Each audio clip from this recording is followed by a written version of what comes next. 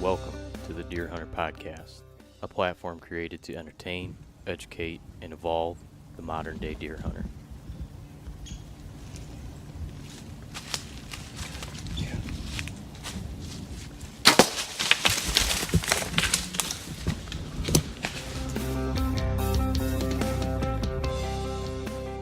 Just getting back from Colorado? Yeah, yep. I was 2.5 weeks for me from work. She says 3, so All right. yeah, it was a blast. I had a blast. It was fun. Did you go with a group of guys or? Yeah, so one of the guys I did train to hunt with the first year, he took 3rd place. Zach Smith. We got out talking, and I was like, yeah, I think I'm going to do this elk hunt. And I already planned on going by myself. He's like, let's go. I was like, all right. And then his 2 buddies were like, we'll go. So there's 4 of us that went.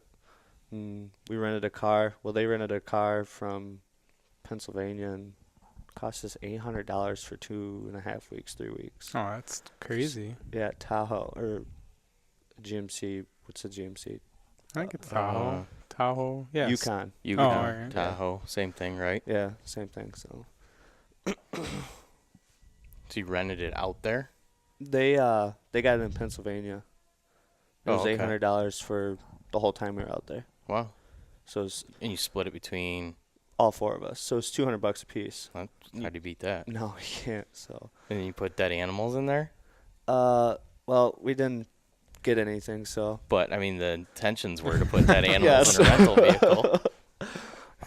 yeah, we had the coolers on the back. We had a little hitch thing for the coolers. So Right. stuck all 3 coolers on the back. And That's a pretty good deal, though, because you get to not put all those miles on your own vehicle. right, like you think about it, wear and tear and stuff on your own Right. vehicle. And if it breaks down, who the hell cares? It's not your problem at that point. Just you leave know? it as long as I'm at where I need to be. Yeah, we paid for the insurance. Let's burn this thing and get out of here. Right. So what area just roughly what area did you go? You did an over-the-counter tag? Yep, we did an over-the-counter tag. We were just northeast of Steamboat. Okay. It's gnarly terrain. I mean, obviously there's mountains, but you got downfall rocks and. How much like elevation were you dealing with?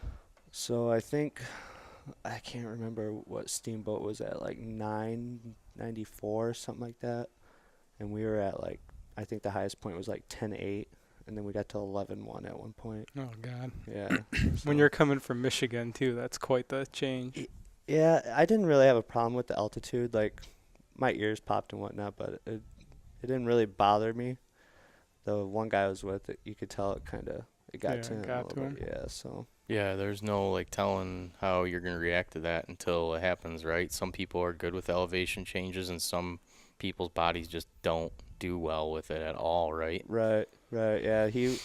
So before we went out, I told the guys, because I went to Utah for that train to hunt, and I can't remember what it was called at the time, but Mountaintop Solitude is for like elevation, like opens up your vascular system, I think, or so you get more blood flow. Okay. And I took that out before Utah, and then I took it before I went to Colorado because I knew it worked in Utah for me, and I told them about it, and they all took it, and just the one guy kind of got sick. So Yeah.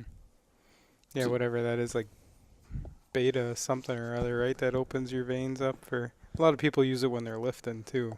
yeah, Can't think of what the actual. it's weird. I run with it. Like, I'll take it and then run with it. It's just like I'm never breathing hard. Like, what the heck's going on? So Really? I like Man, it. I should try that. I'm always breathing hard when I'm running. Yeah. God, dude, I've kind of just found myself in a situation where, just for the last couple of years, I've been really good about my workout routine. And just the last year, 6 months, I've had a lot going on and been busy and just kind of fell off the wagon. Right. And my mentality is still there.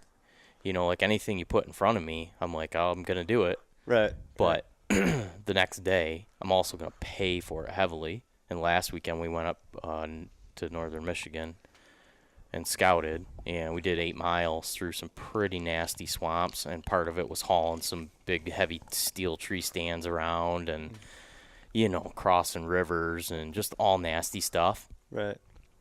And it was hot out this weekend, too, right? It was extremely hot. It was like 90 degrees, and we're in the swamp, and I'm like, man, this is like probably not the best move that I haven't been. And we brought a lot of water, but we ran out. Like, we were out pretty far, and then we were rationing water. And that's the worst. Oh, Running out of water. it was brutal. I was starting to get a headache. Yep. And I knew it, and I was like, man, we're all the way out here, though. I want to get this done. I'll drink out of a swamp puddle if I have to on the way back in. You know what I mean? But we just got to get this done. And the next day, I felt like I got ran over. Yeah. Yeah, it was just brutal, man, and my body just wasn't prepared for it. Hated you. Yeah, Yeah. yeah. I thought I actually had heat poisoning, 'cause I had chills and everything, like Weird. fever. And if you look at heat exhaustion, it's actually like all the same symptoms of the flu Right. without like the vomiting and all that. But you get like an upset stomach, dizziness, exhaustion. And I had all that going on. And then it said you could get chills and sweats, and I had all that going on. I'm like, I actually have heat exhaustion. And, growing up, our dad owned a landscape company. Right. So, I mean, from the age of 12, we were laying sod, doing sprinklers. 105 degrees, working in the sun all day. I never got heat exhaustion. Right. So I just thought there's no way that I would ever suffer from that. But I don't know, something happened. I did end up getting a sore throat and stuff, and then my family, we ended up having a virus go through our house at the exact same time. So I think I just broke my body down, and it was just like, hey, Too much. dickhead, Yeah. here you go. Dehydrated. Yeah. Then probably had that flu come on. That Yeah, virus. and, just wasn't prepared. We didn't have the healthiest of food up there. We're, in the morning when we got up, it was like 50 degrees. Right. So it's like drinking coffee, and it's cool out, and it's, probably Tastes good, right. overdid it on the coffee, which is diuretic, right? It dehydrates you too. Yep. And, then just 9 o'clock in the morning, we started hitting it, and we were out there from 9 to 7. And, yeah, man, the next day was just as bad as I felt in a long, long time. I was actually pretty much all week was kind of a struggle for me, but there was like 2 days where I was just pretty much useless. Yeah. Probably dehydrated.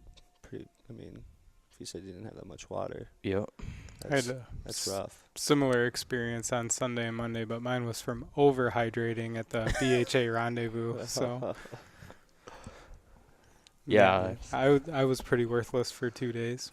Felt I- like garbage, but I only drank 2 beers last night, so that wasn't an issue, but I was up late. We went to there was a BHA QDMA, like a joint meetup Okay. out in Howell,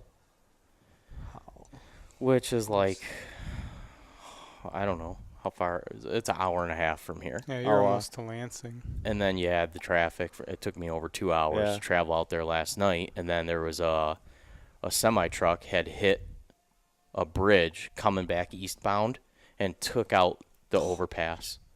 And so when I was going westbound, I'm looking at the eastbound, and I'm like, that's weird. Why is the bridge laying in the road?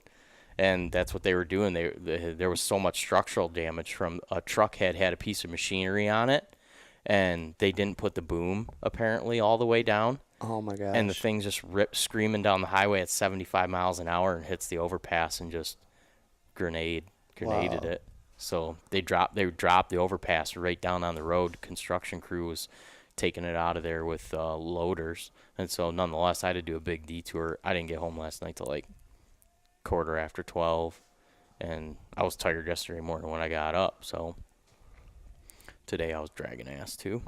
That's late night. Yeah. My bedtime's like like usually like right now. Right. Yeah, I go to bed pretty early. So what did you say you do for work? I am a coordinator for machining department. Yep, I work at Next Year. We just make shafts, parts for power steering pumps and steering columns. Gotcha. So For all the big three, or for yeah. Ford, Chevy, Chrysler, Toyota. Okay. Yeah, pretty Nice. much everybody. Jeep. Awesome. We probably should have introduced you. That's your first time being on here. Yeah, that's my yeah. Yeah. Uh, Ray Bickel, the 2-time champion of what are they? East Coast. The East Coast. Beast of the East. Yeah, Yep, I've That's seen that. I got that nickname. Is that the only train to hunt on the east side?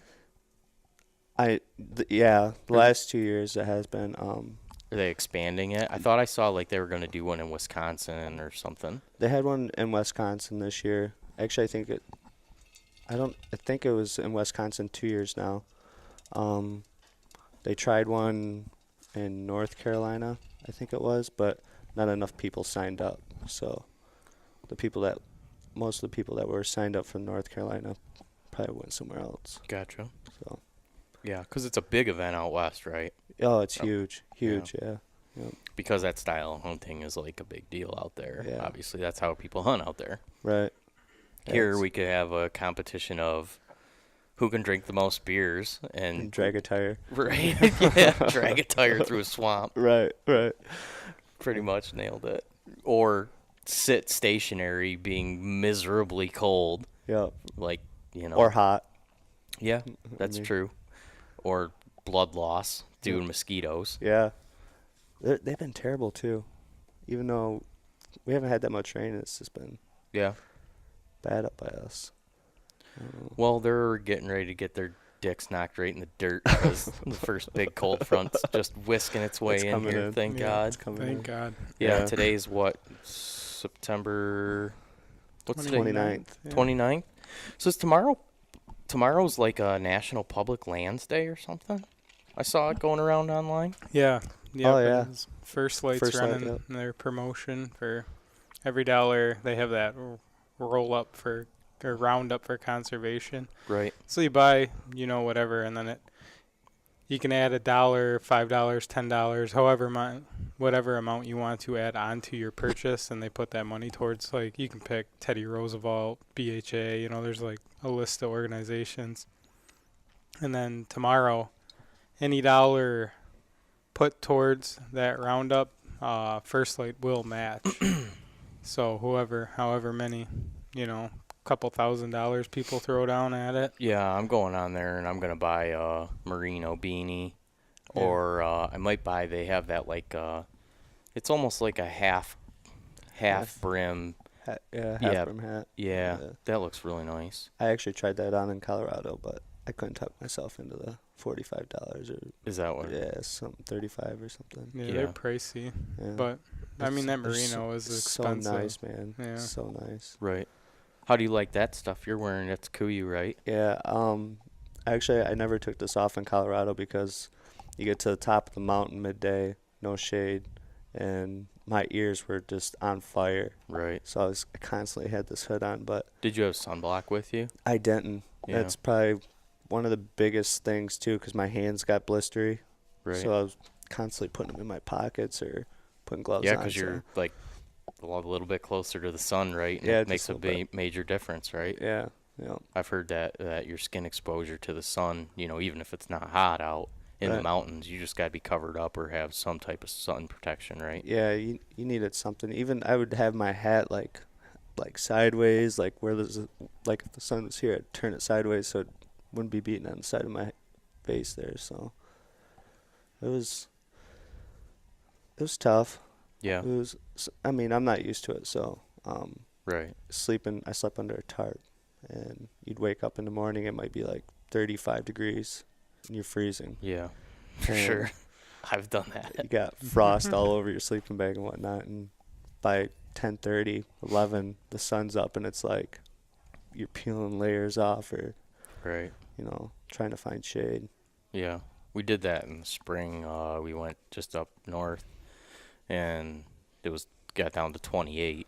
Yeah, that's cold. And yeah, same thing. You wake up and everything's just frosted up, man. You're just like, oh my God, I'm so cold. And you think about it, and you're literally just sleeping in a freezer, basically. Yeah, you are too. And then by 10 o'clock, the sun's up and beating off, and you're just peeling layers off. And then middle of the afternoon, you're like, God, this is like 3-hour period a day where it's comfortable. Right. Yeah. Yeah. So I gotta imagine the mountains is that times two, It was like, it felt good from like probably 7 to 10. I mean, once you started moving, you're gonna warm up. Right. So Right. this is pretty much all I wore. Yeah, we'd go up a mountain. I mean, we didn't have a choice because we were coming back down the backside. So it was just you and one other guy? There was me and 3 other guys. 3 other guys. But we would always split. And one would glass over here, and one would glass over here. We'd just check out new areas. So Gotcha. the first week, first 3 days, me and the guy I was with, we didn't see nothing. And it was just like, what did we get ourselves into? Was it your first elk hunt? Yeah. Okay. Yep. I've never even seen an elk. Still? Oh no, we got on him. Yeah. Okay. Yeah. I was gonna say that'd be a touch disappointing. Yeah. That was like, I just wanted to see one, and then I actually picked up spotted the first one. We're on top of this mountain. She's bedded down in these pines, like 3/4 of a mile away, and I'm just like, oh, like yelling. Everybody comes running over. Like, where? They do exist. Yeah. So what was your tag? Was it a bull, cow, or either sex? Either or? sex. Really? Either sex. Yep. Nice. What was the cost of that tag? $650. I believe it's $650. And that's an over-the-counter tag that anybody can just drive out there and purchase, right? Yep. Over the counter. Nice. It wasn't bad. I think that had fishing on it too. Oh, nice. So I That's didn't do kinda any cool. fishing. Yeah. Little perk while you're out there, anyways. Yeah, we actually, the one kid that we were with, he took a Gatorade bottle and taped the line and wrapped line around it, and then put a bobber on it and a piece of gum, and he was catching fish. I was like, who'd ever thought? Like trout? Or Yeah, Yeah. just trout. Nice. I guess they drop them off in a helicopter out there, like on top of the mountains on those Oh, ponds. So sure. Oh, so they stock the ponds. yeah, up they there? stock them.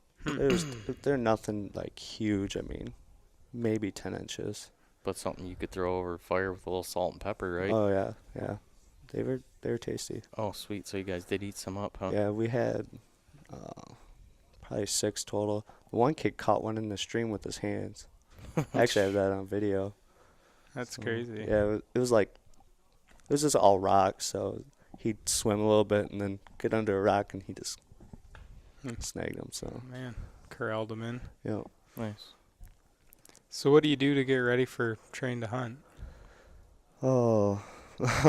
Besides make it your life? I mean, have you always been into sports? Yeah, I've always been. I played football and baseball. I did basketball when I was really young. Then realized how bad I was. Couldn't jump. So I always did sports. So the first year I did train to hunt, it was kind of like, I don't know. There was nothing set in stone.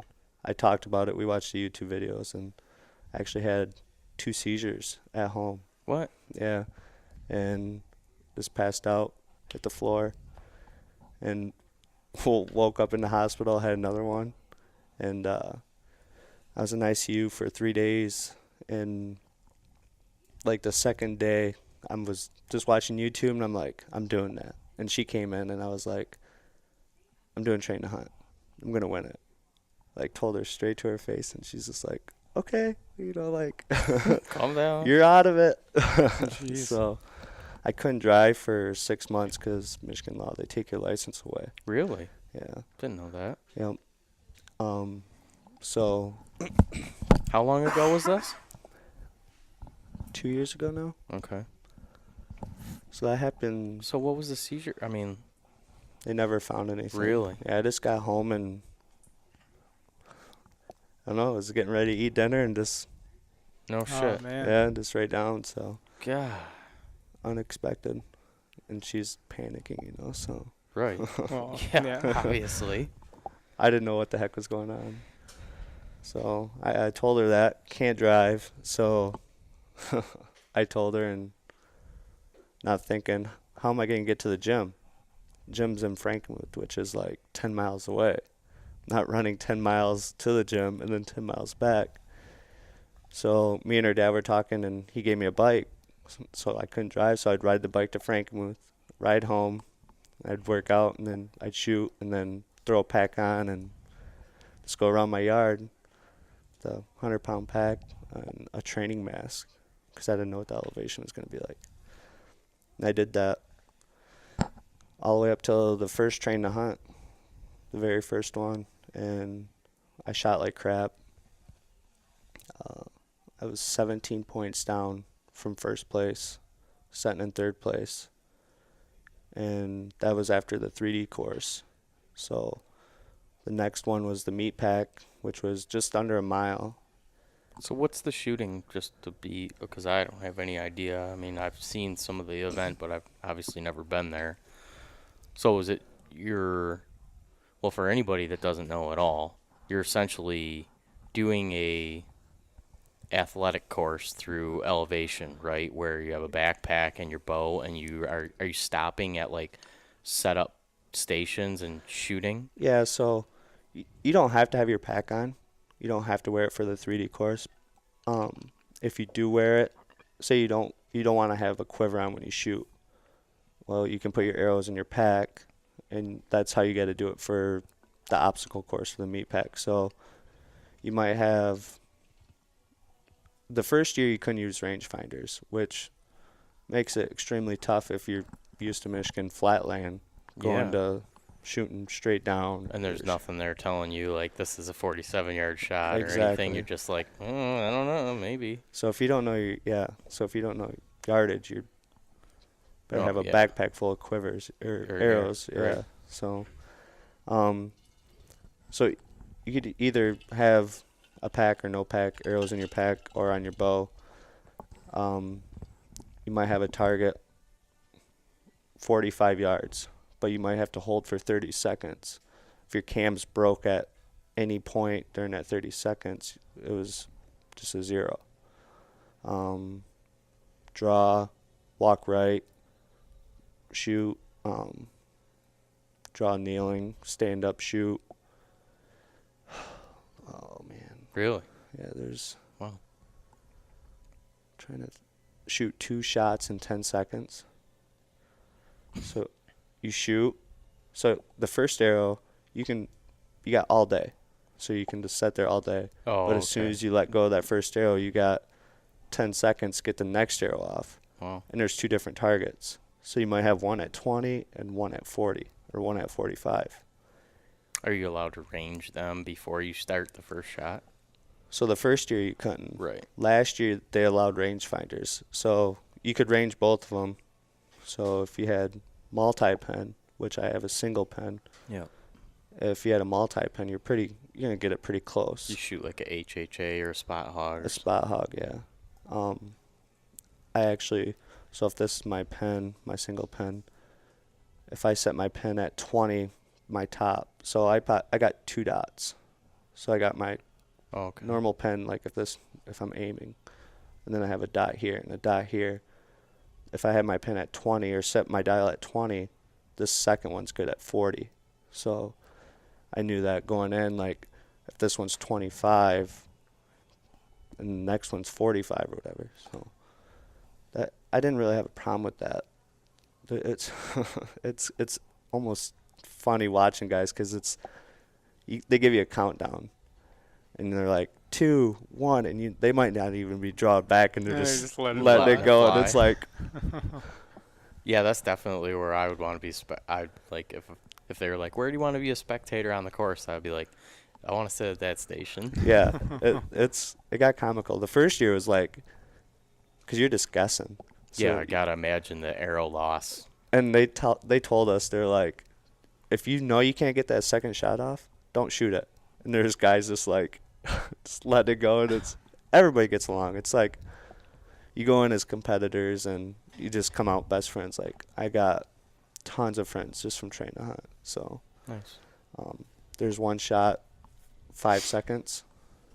That's pretty tough. So, I mean, as soon as you start to pull back, they're counting. So, Really? Yeah. Hmm. That's a tough shot. So you get 5 seconds to get the shot off Yeah. from when you start to draw the bow. Yeah. Yep.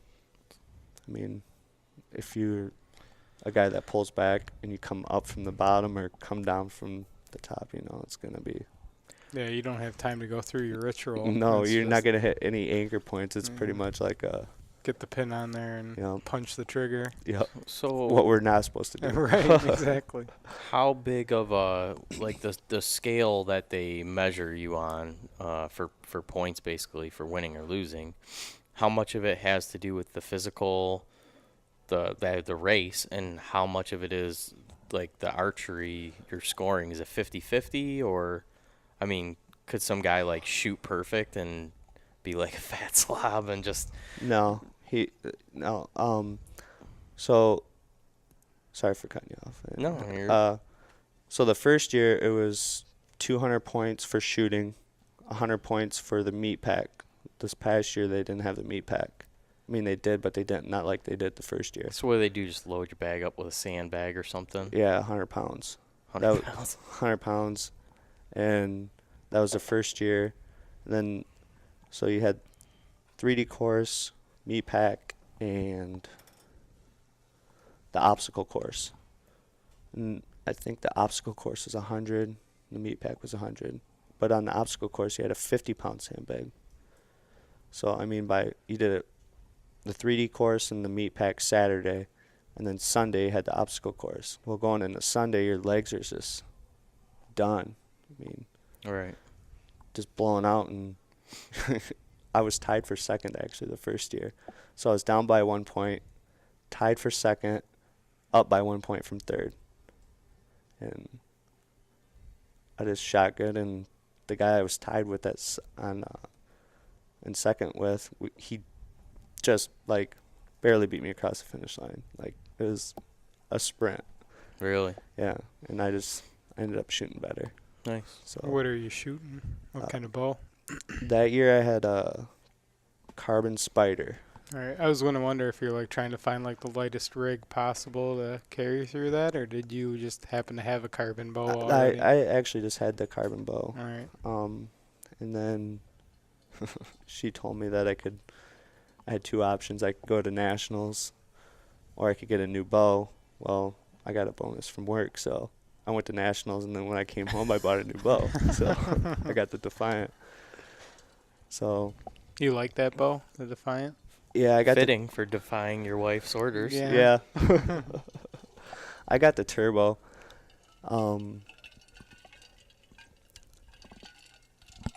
Yeah, no. Yeah, no.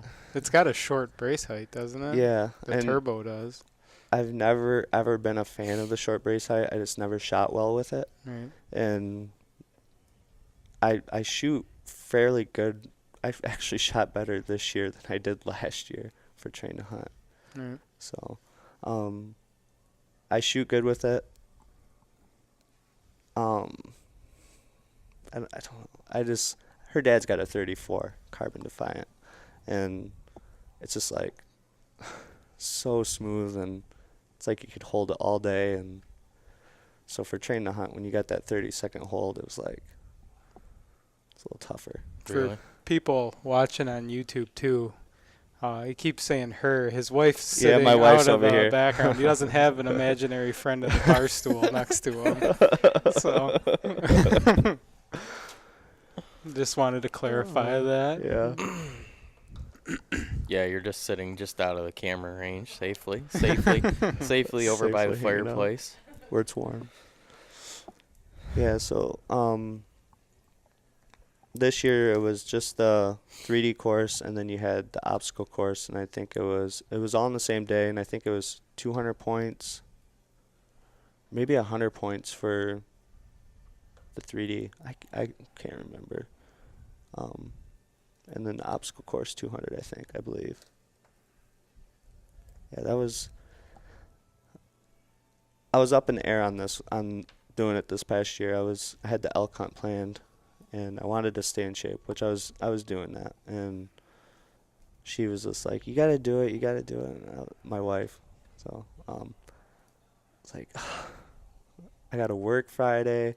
Means we gotta drive there Friday night, get there, sleep in a tent, set the tent up, which we did in the pouring rain. Got there at 1 a.m. Oh, really? It was raining when you got down there? Pouring. How far of a drive is it? 7 hours. Oh, okay. 8 hours with dogs. 8 hours with dogs. Yeah. It'll be 10 hours with kids, so. Yeah. I better prep for that one. Yeah, so we got there. It rained, and I like the community. There's just a good vibe. Everyone's positive. Sure. You know, and I got to see people from the previous year and meet new people, and you go in as competitors and you just come out best friends. I love it. It was a blast. And I don't know, I started off the 3D course, and I texted my wife, and I was like, I'm doing so bad. Like I started off with like 2 or 3 5s right off the bat. And then it was just like 10, 10, 10, 10. And then we came around the loop, and the 2 shots before it ended, I got 2 more 5s, I think. Are they all different, like, species targets? Yeah. Is it, like, sponsored by somebody as far as, like, the targets? Or is it just, like, everybody, like, a bunch of So the people donate a bunch of random foam targets? Or they I think what they do is the club that they're having the challenge at Mm-hmm. has the targets already. Okay. Yeah, it's all random. There's another shot that's actually 3 feet. And, I mean, you're just sitting there. There's guys that actually miss it. Sure. They'll walk up, use their 20-yard pen, and if you don't practice it, you're not going to know. Sure. I never knew. I used my 76-yard. I set my pin at 76 yards, so For a 3-yard shot? for a 3-yard shot. Yeah, it's weird, Yeah. crazy. Is the targets, like, all big game stuff? Or is it, like everything from, like, a turkey or to an elk or... Damn turkeys.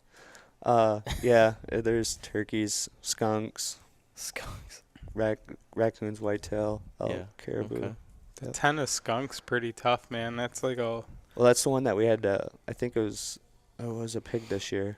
The year before it was a skunk. And it's like 3 yards. Like right there, it's like, you can't miss it. Right. It's like that big. It's like, oh my gosh. yeah. It's like the Yeah, you 10 almost ring is gotta like go a instinctive. 50-cent piece or something on those little Yeah, targets it's like that. Tiny. Those turkeys. I love turkey hunting. I don't like shooting turkey targets, so it's like the same. It's like that big. Right. And you can't ever keep track of it on the bird either. It's hard to reference, you know. Like the front shot's fine. Like I'm used to that one. Like just right above the beard, you know. But that side one, the broadside. Yeah, there's no armpit to reference. Right. You know?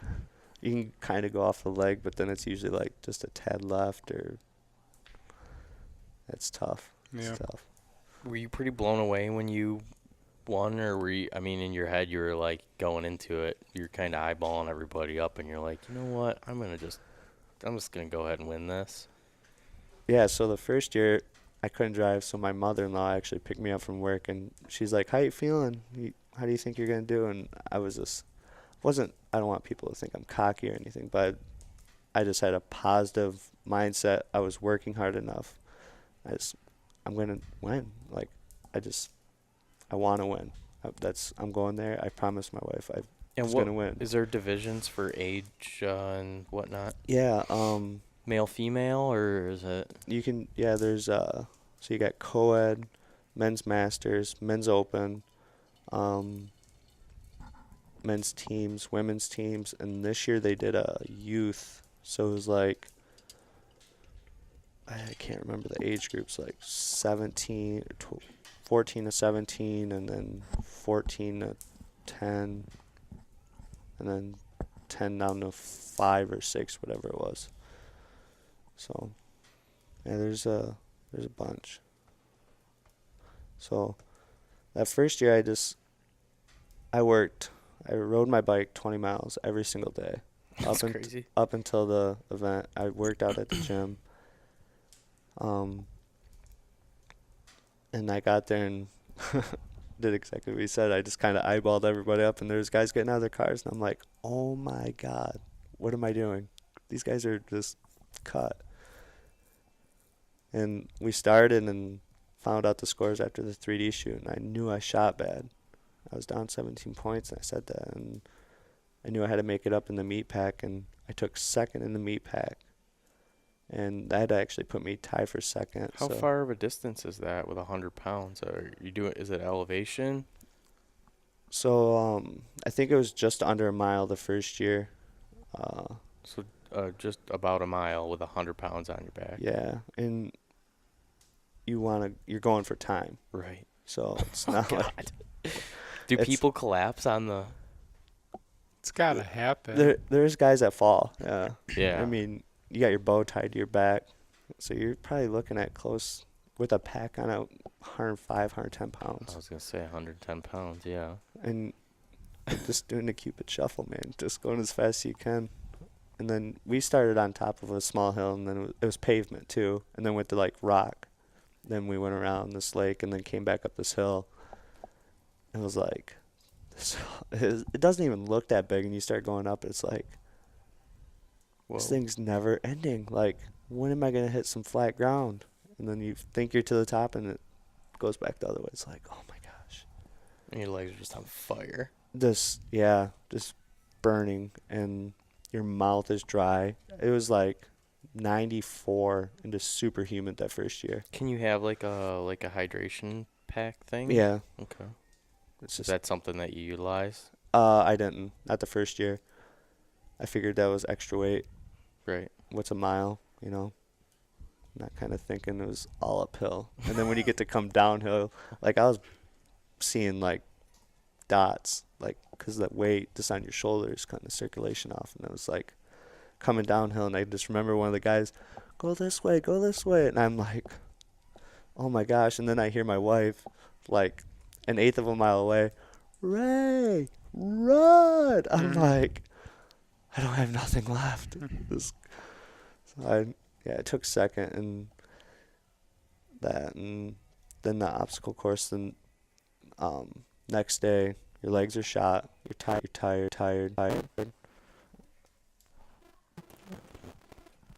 It's okay. We're good. I don't know why that keeps happening. It happened to me. It's like the third time that happened to me. I think it's electrical interference. That's the excuse I keep using. Yeah. You're tired, and Your headset's still good? You're good? You can hear? Yeah, I'm you're good. good. Yeah, you're tired, and you just don't.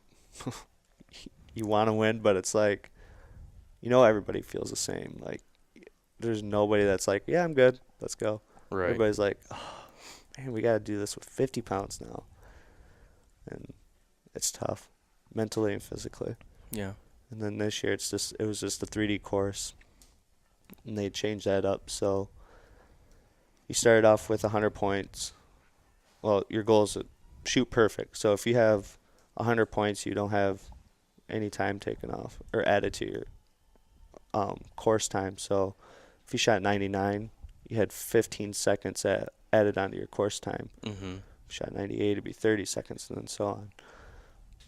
And I want to say I shot 87, and a guy from Wisconsin shot like a 92, so I had like a full minute that I had to make up. And he was good. We started off with a tire drag, and it was totally different than the first year. So the first year, you started off with tire drag, grab your bow, shoot a target, and then you'd have to run this course to the next target and do like burpees with this pack on, and then shoot and do burpees and then run to the next target. So this year was all in front of everybody, and pressure's already on. You got people watching you, and you start off with tire drag, and I messed up on the tire drag. Like, the rope was like a bungee cord, so when I went to pull it, it just kind of like fell out of my hands. I wasn't used to it, so I was pretty much in last out of 4. They took the last 4 guys with the best times and stuck them all in the group, and I was in last, and you had to do like this 400-meter run, and I went around the pond, came back around, and I knew I'm thinking in my head, I gotta beat this guy by a minute, and he's cranking, and I shot as quick as I could and just picked up the pace a little more and kind of end up doing that through the whole thing. And after you do all the so you got burpees, box jumps, 50-pound sandbag over the shoulder, the tire drag. What's another one? I think there's another one. Just a bunch of YouTube videos, right, for anybody that Yeah, wants to see, like, Yeah, Kenton Clermont makes a bunch of videos. he's the guy that puts it on. Yeah. Yep. Yeah. Super cool dude. Super cool dude. Yeah, so after you do all the obstacles in front of everybody, so everyone knows, you start off tire drag, you do 400 meters. I think it was 400 meters. Mm-hmm. Shoot, do burpees, run 400 meters, shoot, and you did that 4 times, and then you put your 50-pound pack on. I think it was like 2 miles, something like that. Mm-hmm. Then you had 2 more targets after that. There was one in the middle and then one right at the end. And I just remember that first target with the 50-pound pack. I remember looking behind me, and that guy from Wisconsin is just like on me. I was like, crap. So I just took off, and it rained the day before. It poured, so everything's just muddy. Guys are coming back, and it's like, what'd you guys do? Like a mud race or something? Like, all you could see is their white eyes. Oh, my God. And you're just going up and down, slipping, sliding. And I remember crossing the finish line thinking, man, I shot terrible. I feel like I shot terrible. And I actually shot very, very well. And it shocked myself. My target was actually leaned back, the one I was shooting at the whole time. So it looked like I was hitting low, but really I was hitting exactly where I wanted to hit. Oh. So I got lucky. My wife asked me after I finished, how do you think you did? And I was like, I don't think I did good at all. I feel like I shot like crap. And we went in, and they got the scores gathered, and they're like, and for the second year in a row, Beast of the East. And everybody just kind of cheering. One of the guys I was sitting next to, that him and his brother on a team, just like, they all went crazy. And I was just like, you got to be kidding me. Like, So you thought you lost it. I thought I lost. Yeah, I'm talking to him like, if I even get third, I'll be surprised.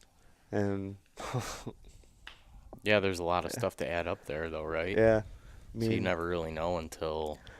So so a heart shot is 30 seconds off your time. Okay. A lung shot, nothing. If you shoot it in the body, it's 30 seconds added onto your time, your course time. Damn it. So you got to get it long just to break even. What if you just wing it over the back? If you wing it over the back, I hope you like doing burpees, because you're going to be doing 20 burpees. I think it was 20 burpees. Really? If you miss, yeah. Oh, shit. No, I do not like Nobody doing likes doing burpees. So I think this year they let you take your pack off for the burpees. That's nice of them. I mean, 20 burpees, 50-pound pack. It's going to suck. That's pretty, yeah. That's That's like, I'm done. The rest of it, yeah. I've been fortunate enough. I haven't had to do burpees yet. Yeah. The packs. You have to have a good pack, right? You're not just showing up there with a Reebok backpack. Yeah, you don't want to do that. You're gonna be super, super sore next day. So the first year, this is gonna be funny. So the first year, I didn't have a pack. I had my Tenzing pack, and I was like, I'm not using that thing. There's no way to carry 100 pounds in. There's no way I can fit it in there. Right. And my dad was in the military, so he had this duffel bag that was like had zippers on it, and I could put 100 pounds in there, and it had the straps, and I was like, this is perfect. So I was carrying this log that's like 3-4 feet around, 3 or 4 feet long, just huge in this pack. And Aaron Snyder messaged me and was like, just asked me about my seizures and whatnot, and we talked a little bit, and I asked him about the packs and the frames, and he told me, try this or look at this. And that's what I ended up doing. I ended up getting a Kafaru Tactical 24-inch frame and went with a cargo panel, and it worked out perfect. Nice. This year I didn't even use a cargo panel. I just took the straps and went lighter because I knew what the year before felt like. It didn't feel good. You like that pack? So you just get the frame. Right. The frame is, yeah. And then you can put a bunch of different packs on it, right? Yeah. Right. Yeah, for tree stands, like I can fit 20 feet of climbing sticks with a tree stand or 2 tree stands on that. And it's like nothing's even on your shoulders. Right. It's so nice. I mean, That's my plan for investment. I have this pack here right now. I got this at a trade show for $100, and it's been great to me. It's served its purpose. But, I'm kind of just getting into backpack hunting. right. And Kafaru is probably going to be my move. I have no complaints so far. And I'm not sponsored, and I'm not getting any deals from these guys, and I don't have any complaints. Yeah. I mean, Frame had to set you back a fair chunk of change, though, 400 right? some bucks, aren't they? I Or is think a it cost frame 3? $325. Yeah. Can't remember. Yeah. Is that just aluminum, or is that carbon, or? So you can get aluminum, carbon. I can't remember if there's another one or not. I went with aluminum. Yeah. I mean, I don't know.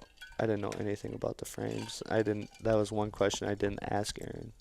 So. He Yeah. helped you out, though? Yeah, he just asked me what my waist size was, my inseam, chest. I think it was chest, and your height. And they just kind of fit it to you, like you get it and you stick it on, and everything's pretty much Sized already? right to your body. So Right. I never had to adjust anything. So He's part of the reason why I'm going to go with Kafaru. I like that guy a whole lot. Aaron. Yeah. Yeah, he seems. I mean, it was just a message. I actually, for my elk hunt, that's where he gave me some ideas where to look. So he seems pretty cool. Yeah. I think he's Yeah. he's a very big asset to the hunting community. I Yeah. mean, he puts out a lot of good information, and he talks the truth. And Yeah, exactly. I was just gonna say that he's just an honest guy. Like, Right. even if you don't want to hear it, sometimes that's good. Well, he's You funny gotta- too. Yeah, He's got some good stories. He's just great sense of humor. and he seems pretty funny. I talked to Brian Call at Total Archery Challenge in Pennsylvania, and yeah, he said he'll make you laugh. Yeah. So I was actually texting with Aaron last weekend, and obviously things are chaotic right now because it's hunting season. right. But he's going to try to hook up with me after hunting season and do a podcast with me on backpacks and backpack hunting. And, selfishly, I have a lot of questions that I just want to ask him.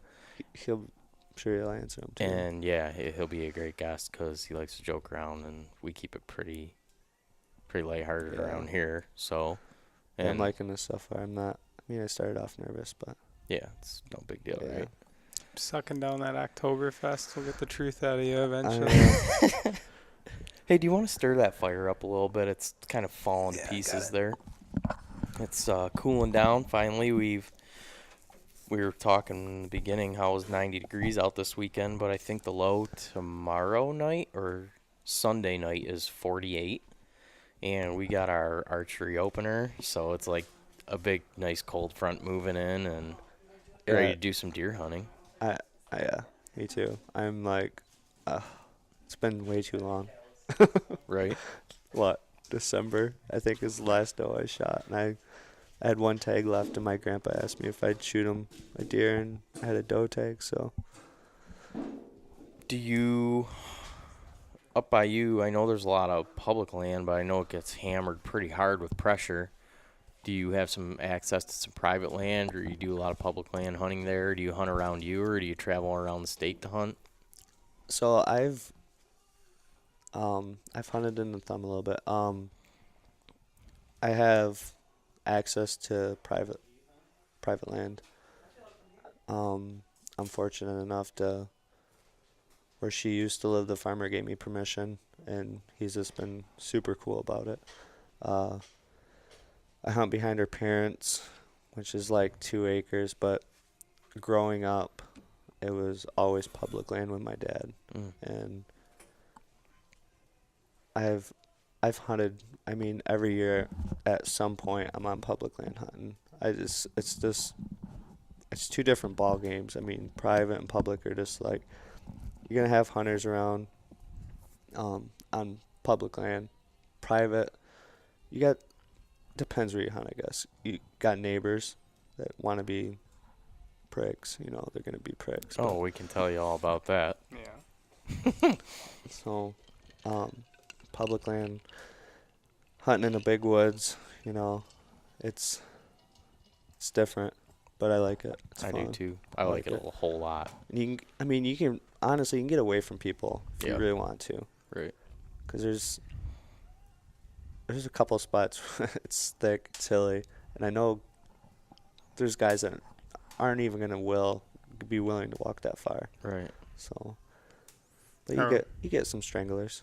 Our one neighbor up north just high fenced his whole property, so we know. Literally ran a high fence right down our property line. Is it even legal?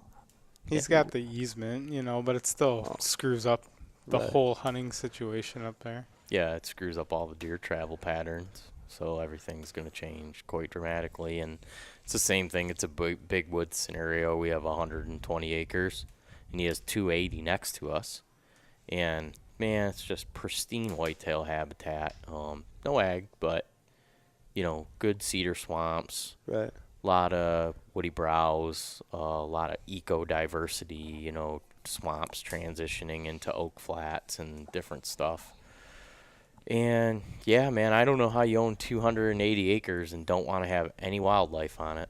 Right. Seems like a boner of a move to me. That's but a lot, too.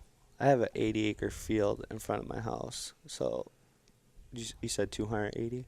Yep. That's Right? Am I correct on that? Is it 280 or 260? It's still No, a it's lot. 280. That's what I thought. It is a lot. I mean, So he had deer, obviously, and there's some nice deer up there. Not a whole lot of them, but, and elk. And he had to push all that off his property to high fence. So his deal is he's been in the, the breeding. Yeah, he's He's got a a deer captive deer herd now. Yeah, he wants to be a deer farmer. I don't know, man. Those His guys. mentality's a whole lot One of different to those me. guys, yeah. Yeah, One of those guys. exactly. Yeah. I'm sure we'll have CWD on our property soon enough. Those Right. guys seem to be the reason why it spreads. right. Yeah, It's that might definitely not not- be the reason, but they definitely don't help the cause. Yeah, it always seems to Yeah. sprout out from captive herds. Well, moving deer around Right. is a stupid move. Yeah. You know, And yeah, no, I know. It's it sucks. But I don't know. It'd be interesting the next time I have a conversation with him. Yeah. Right. See why you have no idea. We kind of knew it was coming. Right. Yeah, he's always had a He had a front chunk sectioned off, like the front 40 acres or whatever was high fenced already, where he was breeding deer. He was trying to raise, like the $1 million buck or something. So you'd be sitting in your tree stand on our Nice. property looking at like spikes and 4 points and stuff, and then you look over the high fence and there's just these booners walking around, and you're like, wow. Send it. Right. Right. Well, and we go up there a couple weeks out of the year to deer hunt, but we also go up there in the summer and we like to shoot skeet, and Right. then tannerite came out. Yeah. Yeah. I don't know if you ever shot tannerite. My buddy has. So I'm pretty strict on bow hunting. Like, nothing against guns at all, because I have plenty of guns and I used to gun hunt. That rush, that feeling with the bow, Tannerite's got absolutely nothing to do with hunting. It's No, just right, no. you gotta really The big like explosive, explosion. right. Yeah. But yeah, what I was getting at is our neighbor. I mean, we may have offended him Yeah. because Using he's that? like trying to raise. He's got these little deer farm going there, and it's all quiet for 98% of the year, and then we show up on a weekend where it's like, hey man, we're all super blue collar and been working our asses off all year, and we come up to our piece of private land, and you know what we want to do? We want to have some beers, potentially get a little loud, Right. shoot some guns off, blow a couple things up. It's not Your a big fence. deal. Yeah, your fence. And yeah, I mean, we've had a couple confrontations, Right. You guys are scaring my deer. Well, let them out of their pens. You have 260, 280 acres. Yeah. Yeah. Tried to tell him we were just getting rid of the weak ones in his herd. And didn't really. We're thinning out the bad genes Yeah. for him. Get rid of those bad genes. Yeah, he doesn't admire our sense of humor, though. So. No. But, yeah, My so wife does.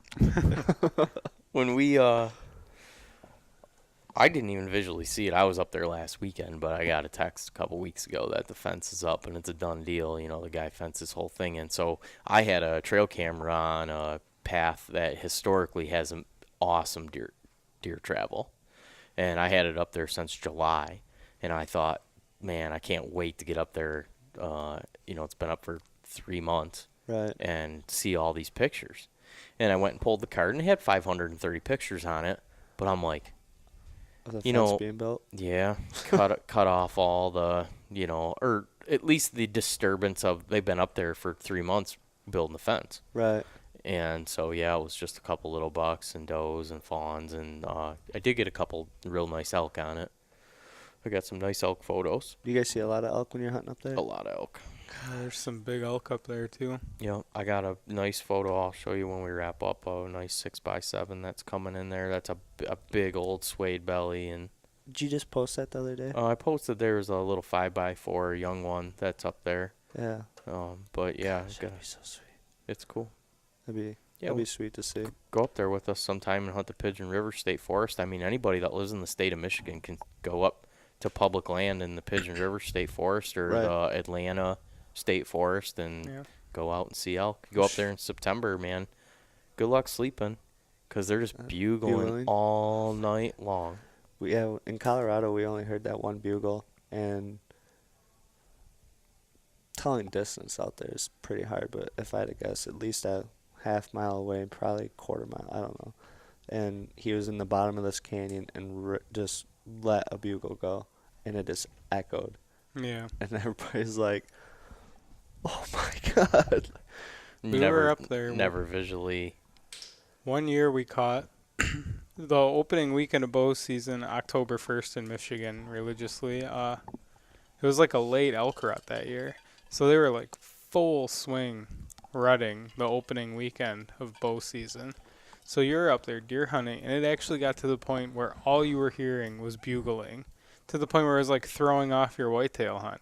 Because the elk would come through, and you can't shoot them or anything, So Right. and the deer don't like really to be around them because I the was just elk are gonna ask so that. loud that time of year. Right. So, you get this big bull walking through. Yeah, it's cool for like 5 minutes, and then you're like, "Get the hell out of here, man! I can't shoot you. You're not doing me any favors." Right.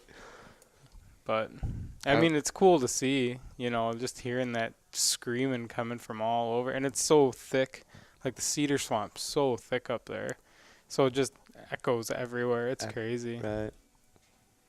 Yeah, That'd I've be had a so sweet. bull. I was sitting in a 16-foot ladder stand on this ridge between two swamps, and it was, pretty good funnel, especially for elk because the swamps are so thick that the bulls at least won't travel through them. Right. It's just physically impossible for them. And so, first thing in the morning, I had a couple cows come through, and they walked through, and then, I heard some more crashing, and I'm looking, and this big, mature, nice 6x6 comes in, and he gets to like 20 yards, and he just starts letting it rip, dude, and steam's just blowing out of his nose. It's like a cold, frosty morning, and he's just bugling his head off, like 20 yards right in front of me. And, I'm sitting there with my bow, and thing has no idea I'm there, and he's, then he's like working around, smelling around, standing broadside, and just rips another bugle, and steam's just shooting out of his nose. I'm just like, God, this is They're crazy. so loud, you too. know? Yeah. Oh, So yeah. loud. Yeah. My heart would have been like coming right through my shirt. That piece of private property that we have is basically surrounded by the Pigeon River State Forest. And, it changes a little bit year in, year out where the herd is centralized. But there was a stretch for a good 10 years where the herd basically was just sitting right on our property. Really? Yeah, man. It was outrageous. I mean, I had times where I was walking through the woods and you'd see an elk coming your way and you'd just stop and stand still. And I had probably 60 elk come right around me, Wow. And you just be standing there and you're just like, oh my God, they're all going to like run me over or something, That would have been sweet. Mm-hmm. I didn't realize there's that many up there. Yeah, I think there's about 1,000, right? Yeah, it's something like that. I can't remember the exact number, but they only give out Like nothing for it's tags. less than isn't it? 100 tags, Yeah. I think they give out. I was going to ask you about that. Our good buddy last year drew tag. Yeah. He shot a 5x4, and we butchered it right up in this garage and everything. I actually still have some northern Michigan elk right in the freezer here that I've Really? been holding off until it gets cold to make a couple nice roasts and stuff. But, yeah, man, it was delicious. It sold the deal on me, for me. I had elk before, but I was young enough where I didn't really appreciate Right. it. Right. And this year, when I had it, I was just like, "Oh my God, I need more of this." And when when me and you talked earlier in the summer, and you're like, "Yeah, maybe when I come over, I'll be bringing some elk with me." I'm like, "Please let him get an elk. Please let him get an elk." I was saying the same thing. Every morning I woke up, froze. I was like, "Ugh, this is the day. This Right. is the day." It was tough hunt, man. The wind is huge there. It's just like, it's always against you. Wind and thermals, right? Yeah, I mean, you it's got like- two things working. Yeah, you got, in the morning the thermals come up, and at night, I guess I don't really understand them too much, but at night they start to go back down. Yes. So, I mean, they could be coming up in the morning, and you start going down into this canyon, and the wind just, it does whatever it wants. Right. It's like, go back up, go back around the side of the mountain. It's like we're putting in, on average, 13 miles a day, walking. Wow. So Yeah, and all in elevation, right? Up and down, nothing Up. flat. right, 13 miles is enough, but you're going up and down. up and down. And were you guys base camped or were you spike camping? So when we first got there, we had a base camp, and we did that for like 3 or 4 days, and then nobody was seeing anything. We seen some bear. The two guys seen one elk. Black bear, right? Yep, black bear. There's not grizzlies in Colorado, right? Or there's not supposed to be grizzlies in I Colorado? thought they had them in like northern. Mm. I'm not positive. I don't, I'm But you not- saw some black bear. yeah, we seen a nice cinnamon phased one too. She was on the side of the mountain that we were glassing on. Mm. We kicked her up 15 yards, 20 yards. Really? Yeah, it was she's a little bigger than what I was expecting. So, yeah, it was just like you can never. I mean, you'd be down in the canyon, and it was like the wind was perfect, and you're just going along, and then you check it again, and it's like, what the heck? The switch, like a 180. Like, that's not good. Yeah. And yeah, the wind was the biggest thing for us. Just trying to get it right. It was always against us. There's days we were just like, let's just go, you know. Mm-hmm. Worst case, we push them down, or they're just going back over the top of the mountain. Now, that over-the-counter tag, is that archery only, or could you have had firearm? I think, man, I don't know 100% sure. I don't know. I don't know Okay. if it's firearm or I not. think it's archery only. I feel like it It's is probably archery only. firearm season for, I would think so. yeah. I would guess so, too. They say like Is the success rate for like an elk archery hunt in Colorado is like 7% or something. It's like, it's low. Yeah. Jeez. It's like 3 or 4%, I think. It's low. Yeah. And we weren't doing no guides either. Right. So Aaron Snyder gave me this, like, these forests to look at, and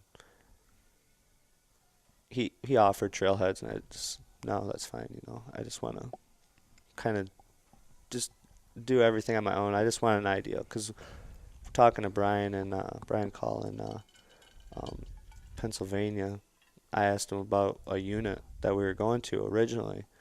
He's like, you know, just hit Aaron up, ask him, and I texted Aaron one morning, and he's like, that unit sucks. I'm like, oh, great.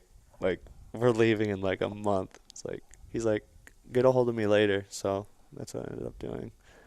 And He's probably sitting in that unit though, just cutting tenderloins out. Yeah, don't go there, man. Yeah, you don't want to go there. That place is terrible. Yeah, it was just tough all around. Everybody that we ran into, not on the mountain. I think we actually ran into one guy who was packing an elk out, well, horseback. He shot it that morning. They had horses. Did you challenge his horses to a meat pack and beat them? Man, they were struggling. So he shot that bull. It was a 4x5, I believe, at 7 a.m.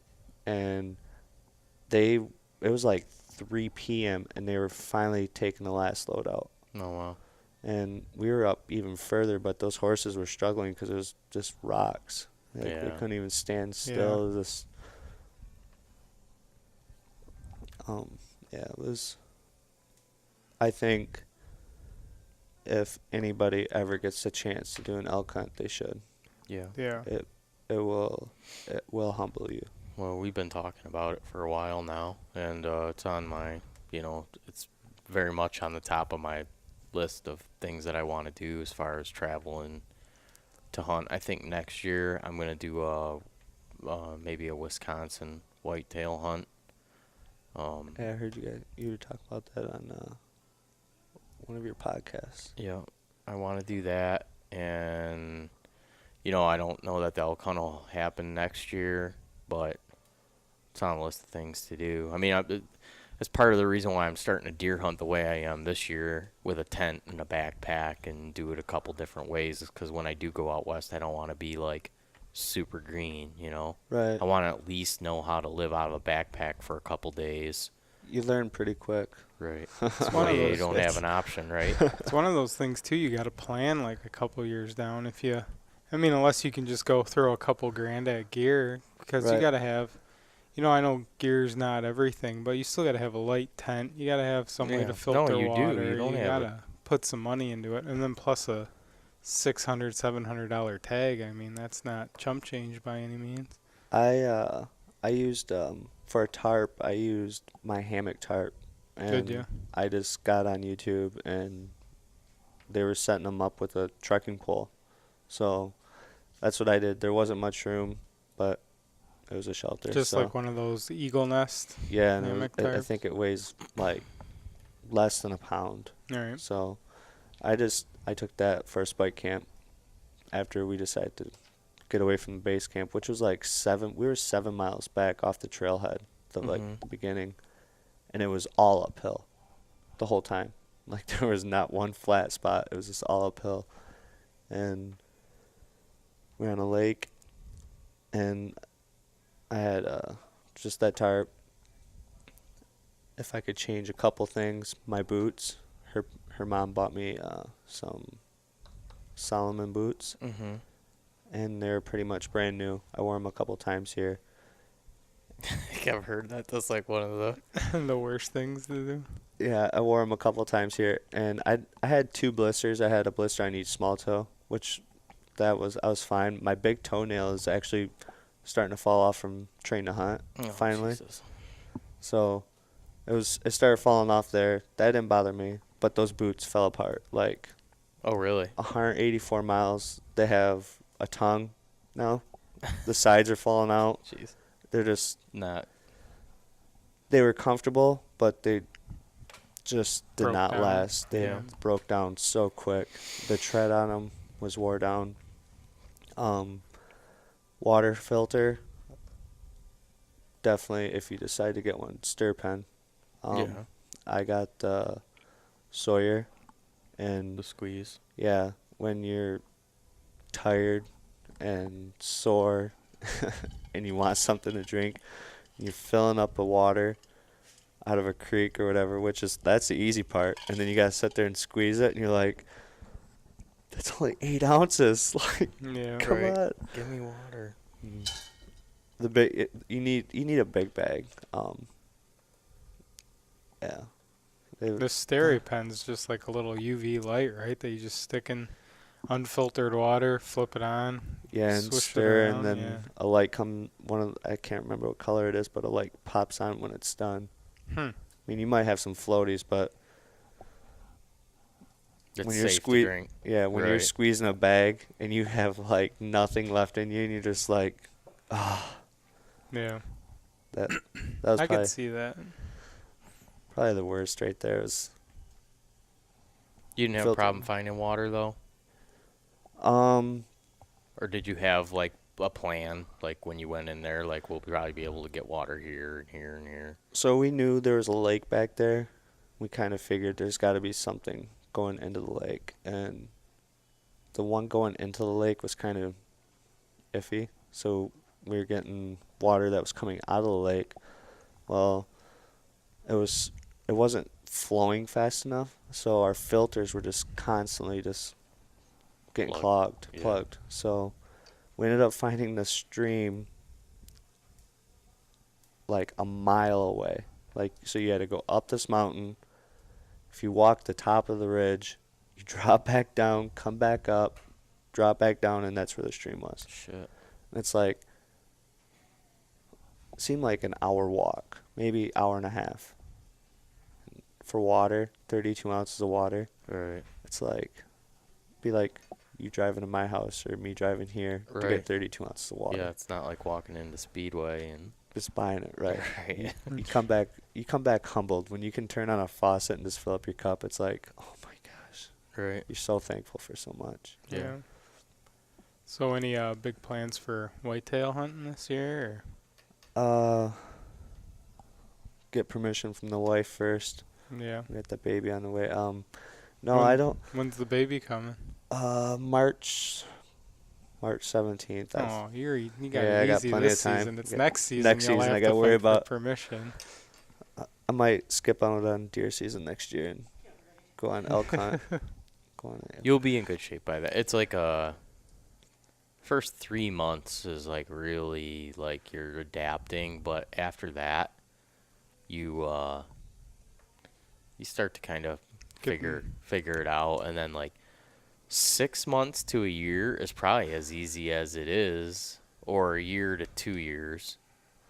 Yeah, once they start sleeping through the night is when it gets easier. yeah, again. a year to 2 years is probably like because That's once not they that turn long. once they turn 2, then they're like a whole different bundle of issues and needs and wants. Your and- wife was saying yours was sick, but he was like Oh yeah, right. 100 miles an hour. Yeah, and that's it, man. All the time. You come home from work and you're like that, like you just said, being sick. Yeah. You know, I'm typically pretty healthy, so when I usually get something, it usually knocks me in the dirt pretty hard. I'm exactly the same way. And I need to be like down on the couch like a baby with a blankie, and I want to watch a movie, and I need to recover.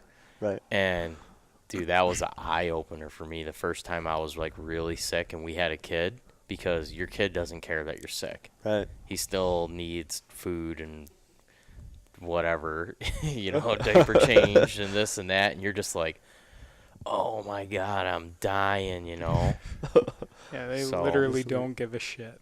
Work 12 hours, be sick, come home. That was an eye opener for me, man. When your family gets hit with like a sickness, and you have young kids in the house, it's not like when before, where you can just like Blow it off. get rest and Right. recover, and be sick for a day or two. Now it's like, and then heaven forbid your kid, my son goes to a daycare, which is a great place. They have a learning curriculum. They do a lot of stuff for the kids there. I mean, it's almost like taking them to school at the age of 1. Right. It's great, but it's just They're just petri dishes, man. yeah, Little kids man. are just. It's a cornucopia of illnesses at You that just walk place. in there, they're all just wiping snot all over their face and stuff. I and then literally grabbing watched a toys. kid spit on the table, and then 4 kids run up and just start scribbling their hands around in it, Oh, like it's a no. game. And I'm just like, wonder why we're always sick around here, you know? Right. But that's just how they are. But Kids will be kids. yeah, well, I heard somebody say it just recently that having kids is like throwing love and hate in a blender. Oh, no. So, but no, by the time hunting season comes around next year, you guys will have a system, and it won't be Yeah, I think we'll be fine. It's the elk hunt that I want to go on again. The major thing I've found is, I mean, I can tell you love your wife. You brought her here to Yeah. Moral support. moral support is,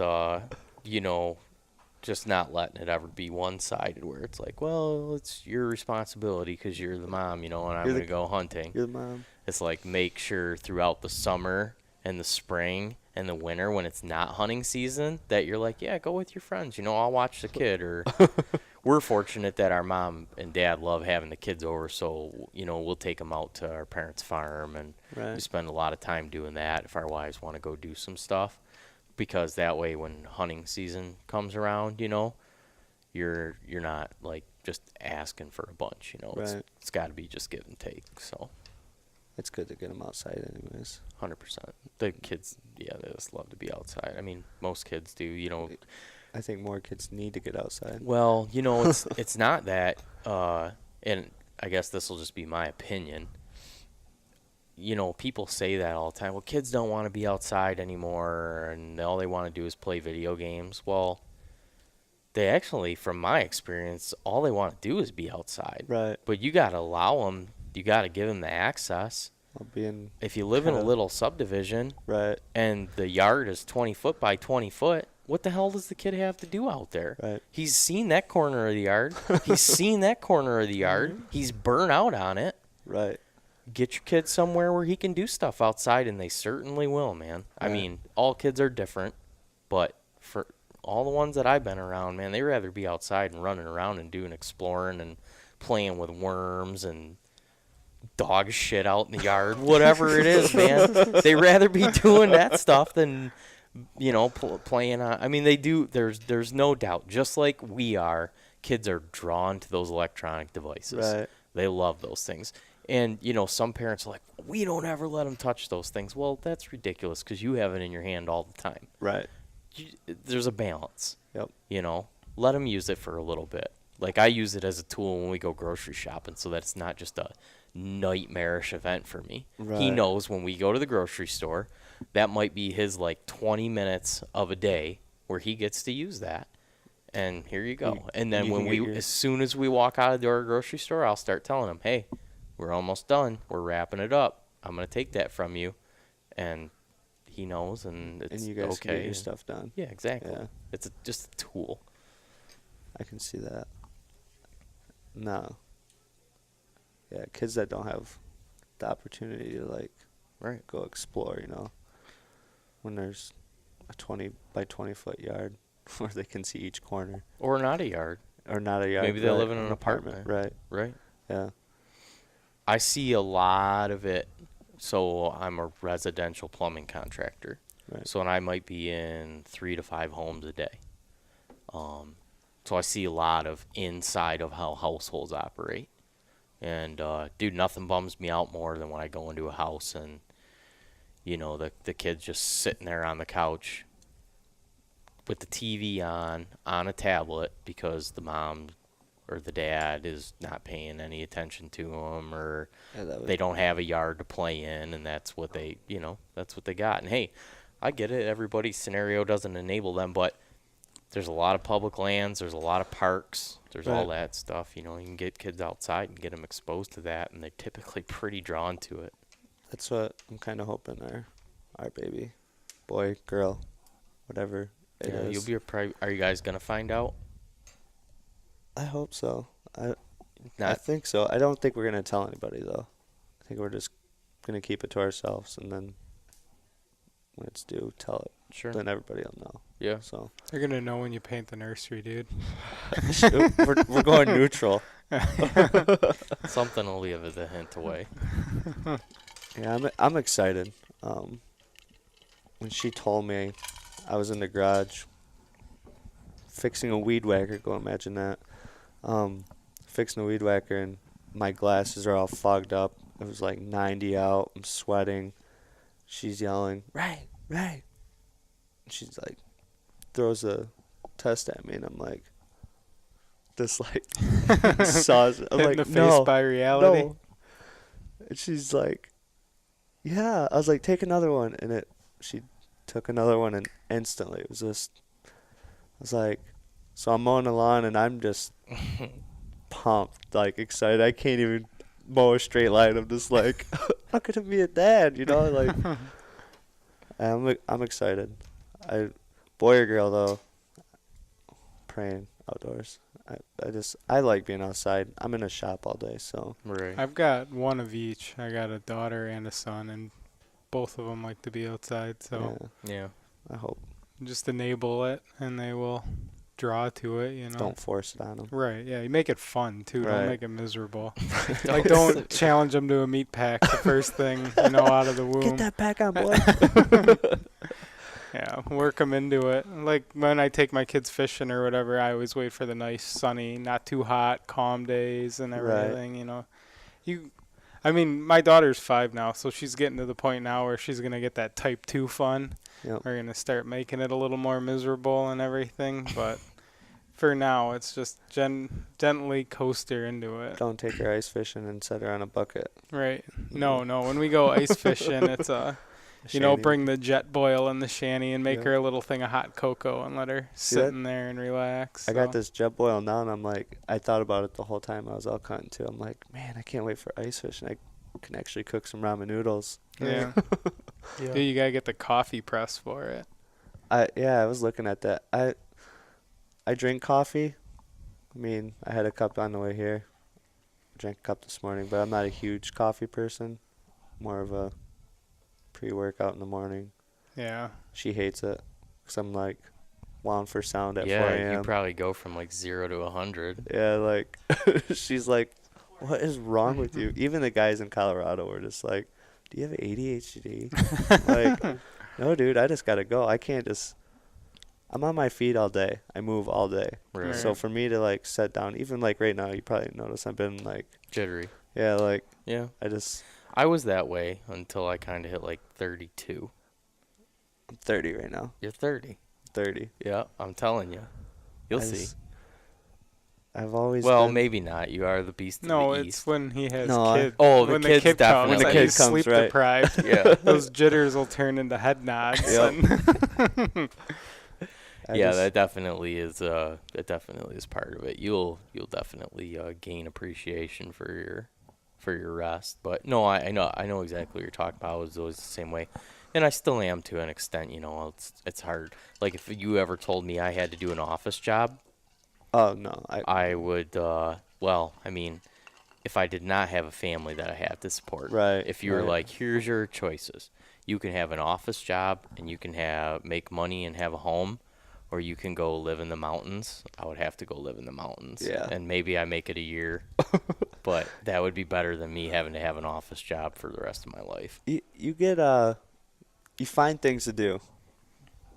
I mean, when we were back there, it was like the fishing ideal. Like, we had an empty Gatorade bottle, we had the tape, and we actually used paracord and broke it down as fine as we could the first Sure. time. And then when we ended up going back like 4 days later to get food, we ran into town, got a fishing line, but taped it on the bottle, wrapped it on that front groove, and then he put a wood bobber on it with a hook that we made off a spring from one of our packs, and put gum on it. And it's kind of weird. You just swing it back and forth, and you let it go at the same time, and it just unraveled itself. It worked. So Yeah, that's cool. that, and I mean, there was times where it'd be midday, hot, and you're like, oh, just a nap. It was nice to get a nap in. Right. Everything Yeah, was- well, that's one of the things I always say. Like, one of the big tips is if you're not sleeping good at night, there's no shame in taking a midday nap, you know? Yeah, Because sleep deprivation is terrible. terrible. Because you just start, like, you feel weird, and you kind of start, like, hallucinating a little bit, like you forget stuff. Yeah, there was one day at work I worked, it was a 36-hour shift I did. So I was just, because I'm an electrician, when something blows up, you know, people call you in at a hospital, you don't just get to go home. You know, Right. oh, here's my 8 hours, I'm going home. It's Bye, like, guys. well, no, babies are, you know, Right. they need power, so you got to stick there and get it done. And 36 hours is a long time. yeah, it was to the point where I got home finally to go to bed, and you can't because your brain's just, like, my eyes hurt. They were just Right. open so long. Your eyes are just dried out, and they're, Yep. like, sore, and you close them, and it hurts. Hurts. It's, like, a terrible feeling, really. Yeah. I've been up for, I don't know, maybe 28 hours straight. Yeah, it's just a chip shot anymore. Yeah. It's not like, because I worked third shift for a couple months, and my problem was, like, I'd be going into work and just kind of be like, and then by 1 o'clock I'm starting to come awake again, and sun's up, I can't fall asleep. Like, it was just, like, impossible. But as soon as my shift, like an hour before my shift, I'm like, just bobbing my head. Same thing. I actually got really sick doing that, working Yeah. third shift. I just couldn't sleep. I was getting like an hour, 2 hours a day. Yeah, that's Yeah, it brutal. wears you down. Yeah. Well, I'm going hunting on Sunday. Are you gonna go out? No, I'm not gonna go Sunday. I'll get out this week, but I think Sunday's the last cool day. yeah. That's why I'm going. Well, I think it's supposed to warm back up. here's the again. thing though. This week, my plan to go hunting involves a boat ride, so it'll be okay. Yeah. Yeah, I'm gonna go after work. There's an island out here around us that you have to take a fairly decent boat ride to, and I plan on going out there and doing some still hunting with my longbow. So yeah, if that's right, it's you should go if it's 80, cool deal, man. I'll throw a couple Coronas in the cooler and go for a nice boat ride and do some still hunting out on this island, Okay. and then have a nice boat ride home, and I'll soak that hot weather right up. Thermocell, some bug Yeah, spray. that's- I don't know if you'll need it Sunday. Got a buddy Fair. that does. He works for the DNR doing, like, habitat management for him and everything. Mm-hmm. He's got a little hidden food plot tucked away up on some public land. So we're gonna get up at like 3 a.m. and head up Sunday and hike out there. And Oh, I didn't know this. This is news to me. you know, I didn't get invited. just developed today. So Where? I mean, 5 minutes up ago. north. not up north. Well, north, from here, but not far north. Thumb area. Yeah, like an hour drive from here. So up by me. Yeah, and it'll I'll text you. I'm looking forward to it. We're gonna try to actually film the hunt too. So Nice. Yeah, I think she wants to go out. That's my plan right now. If she wants to go, take her. Because the stands so we'll be hunting her parents on this. It's only like probably 2-acre woods. So the way the stands are set up, we're in between the bedding and the food and the water. So we're separated. And I have a food plot out there. I actually stuck a food plot out there. So see what happens. Nice.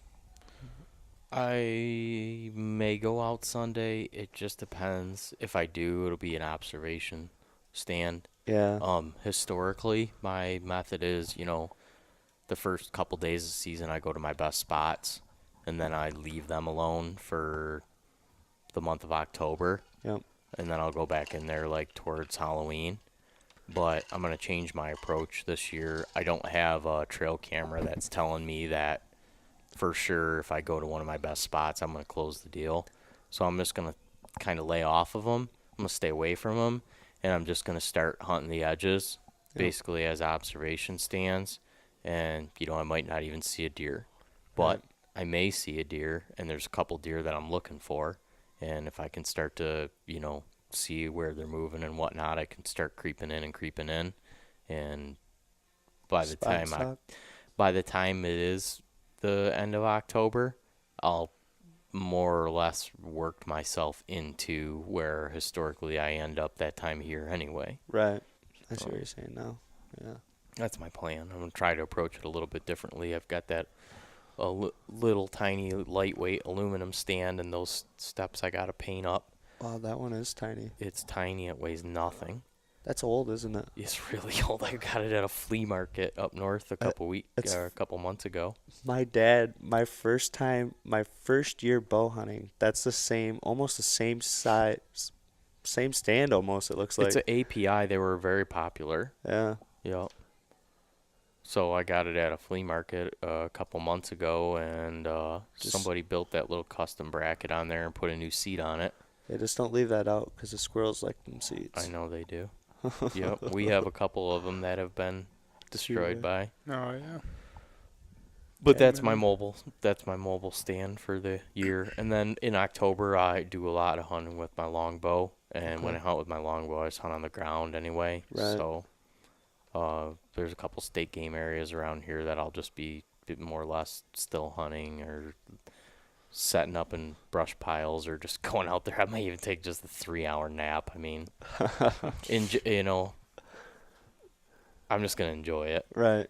When November comes, I flip the switch. I'm 25, 30 foot up in a tree stand with my compound that I can shoot accurately out to 55 yards. And yeah, as long as I can get out the first week of November. I've been looking back on pictures, and it's like November 2nd to like the 10th is like for like I don't know how long is when I've killed a buck. It's like there's that like I don't know, after the second week of October to like you got the third and fourth week there in October. It seems like it's just for me anyways, hunting field edges, or if I'm not in the timber, if I'm hunting a field edge and say soybeans, like last year it was soybeans. These deer were just like clockwork, and then a light switch, you didn't see any deer. They're just like, where'd they all go? They're just in the timber, eating acorns and apples and whatnot. So the beans are brown. They want nothing to do with them. yep, and that's happening right now, right? Yeah, there's a ton of beans coming off. Yeah. Out by us. It seemed like there was a lot of beans. I noticed driving last week that it seemed like a lot of beans were just like, they were ready to come off. Yeah. Which seems a little early, but yeah, because usually it's not until like the first week of October. Right. Anyways.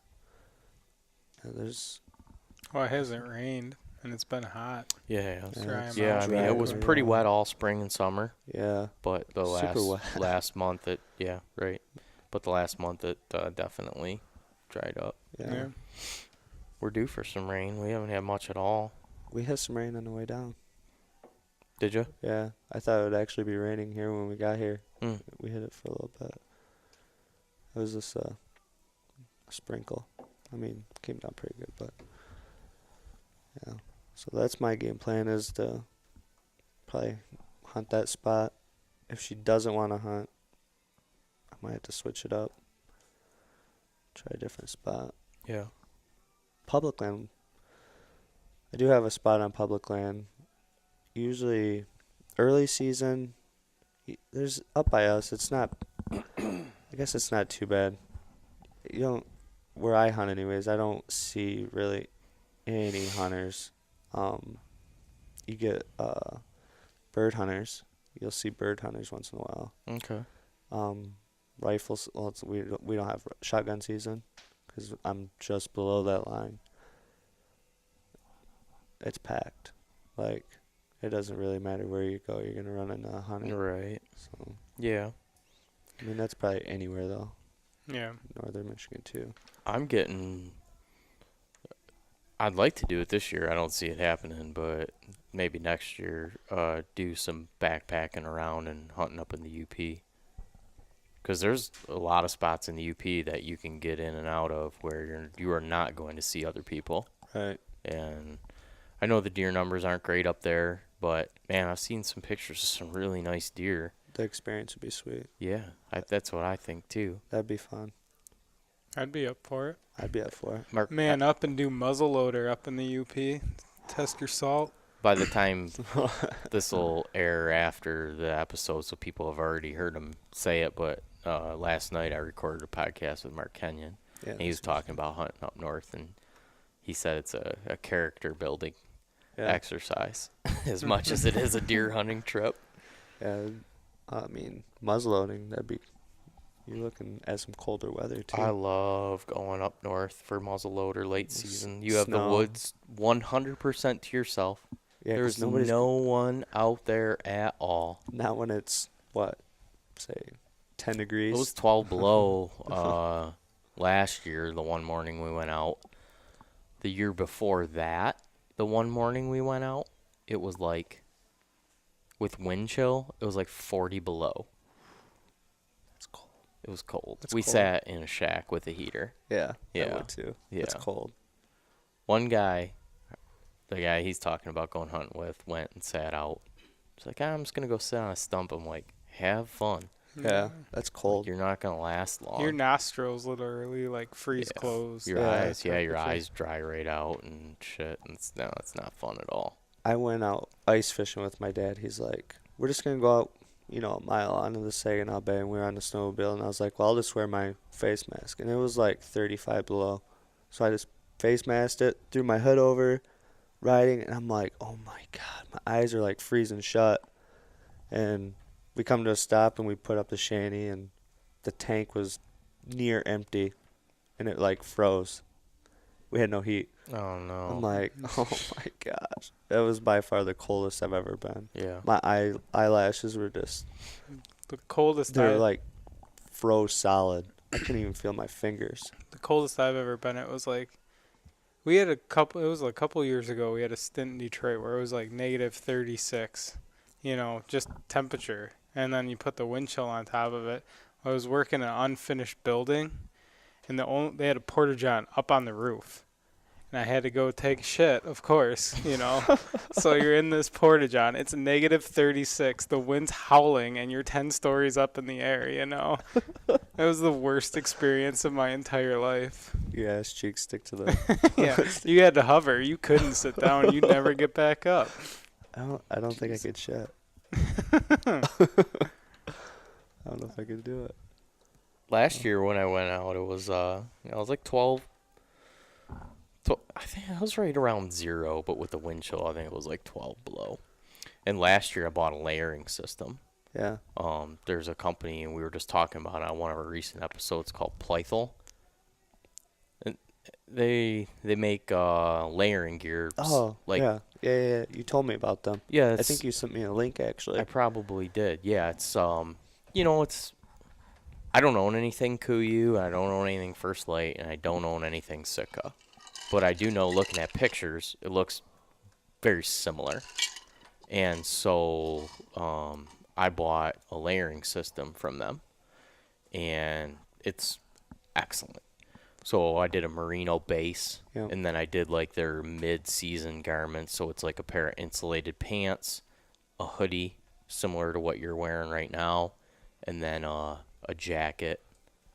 And that stuff fits me all so well. It's like really, like, the sleeves are tailored with the Like a 4-way stretch kind of deal. yes, Yeah. yeah. It's completely or it's a lot more advanced than any other hunting garments than I ever owned as far as like fit and functionality. The reason that I bought it is because when I was still hunting with my longbow, my old clothes were just way too bulky. Wait, I couldn't pull that longbow back and let it go without hitting your coat or something. yeah, so it would be hitting my coat every time, and I'm like, how am I gonna hunt when the weather's cold, And so I knew I needed something better, and everything was just pricing me out, man. I was like, God, I can't afford this. I was like, but I want to get everything, The layering system is like, I got on it a couple of years ago. Just kind of like, once you get your layers down and know them, it's like a whole different ball game. Whole different world, right? It's like,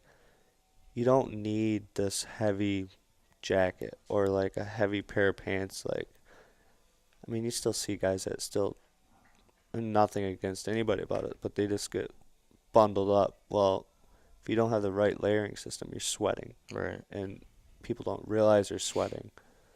Especially when it's cold, you just feel warm. But when you're sweating and then you set for 3 hours if you can, you're froze. Right. Yeah, and you put your cotton long johns on and Right. trudge out in your snowsuit. Those onesies that sweating, our great grandparents used to wear. union Great suits. grandpas. Yeah. Yeah, you look like Ralphie's little brother from A Christmas Story, and you're supposed to be out there shooting a bow or doing something precision. Right. Good luck. Yeah, and it would shred my confidence to know that, like, even if I was bow hunting late season, it's like, okay, so I got to the point where I'm sitting out here, and I can sit out here warm enough to be here when a deer does come through. But when a deer does come through, how the hell am I going to pull this bow back? And then Right. how the hell am I going to accurately get a shot? Yeah. That was, growing up, I was like, I didn't have a hunting suit, so I had like these Walmart bibs. But I would take when it got super cold, I would take my snow pants, put them on, and then put these Walmart thin spring turkey bibs over top of them. That's what I used, and it's probably close to a mile walk back to the woods from my house to where I was hunting. I mean, the woods, it's far. Yeah. In a plow field, just drenched in sweat. Oh, man. And then you'd sit there for like an hour, that- and it's like, God, I don't want to walk all the way back up there. I'm already out here. Right. But over the years, it's just, if you got the right layering system, you're going to be fine, and you're going to be comfortable. Well, and you just said it too, one is staying warm, two is not being incinerated, getting out to where you need to go, Right, You used to hike out with a big set of bibs and a jacket on, right. and you get there and you're just a ball, you're just a sweaty mess. And then heaven forbid you get like just a little bit turned around where you're like, shit, and you start second Early in the guessing where you're morning, going. right. Then you trip over something and you're just like, I give up. yeah, man. You're down. ripping clothes Just sit off, down, you're dude. sweating, you're miserable. But yeah, having a great layering system. I mean, I might go with the pants and my hoodie Right. and just have my jacket underneath my arm or in my backpack or whatever. Yeah, I was just going to say. Then when I get out there, I'll throw, my jacket on and my hat and my gloves and whatever. And I'm just like, I'm good. And then late season, that's why I was starting to talk about that, is because when it was like freezing cold, I mean, it's 0. right. And you're sitting 20 foot up in a tree with a north wind hitting you, with you nothing better- blocking you. nothing blocking you. Right. And so I was able to wear their whole layering system and it fit so well that I could then take my old gear and put it right over it. Right. And I could sit in zero for 4 hours before I would start to get a chill. I mean, 0 with the north wind in your faces. Yep. I mean, A neck gaiter pulled up to here. Neck gaiters are like. I don't know how Dude, people do it I without don't know. them. I don't know either.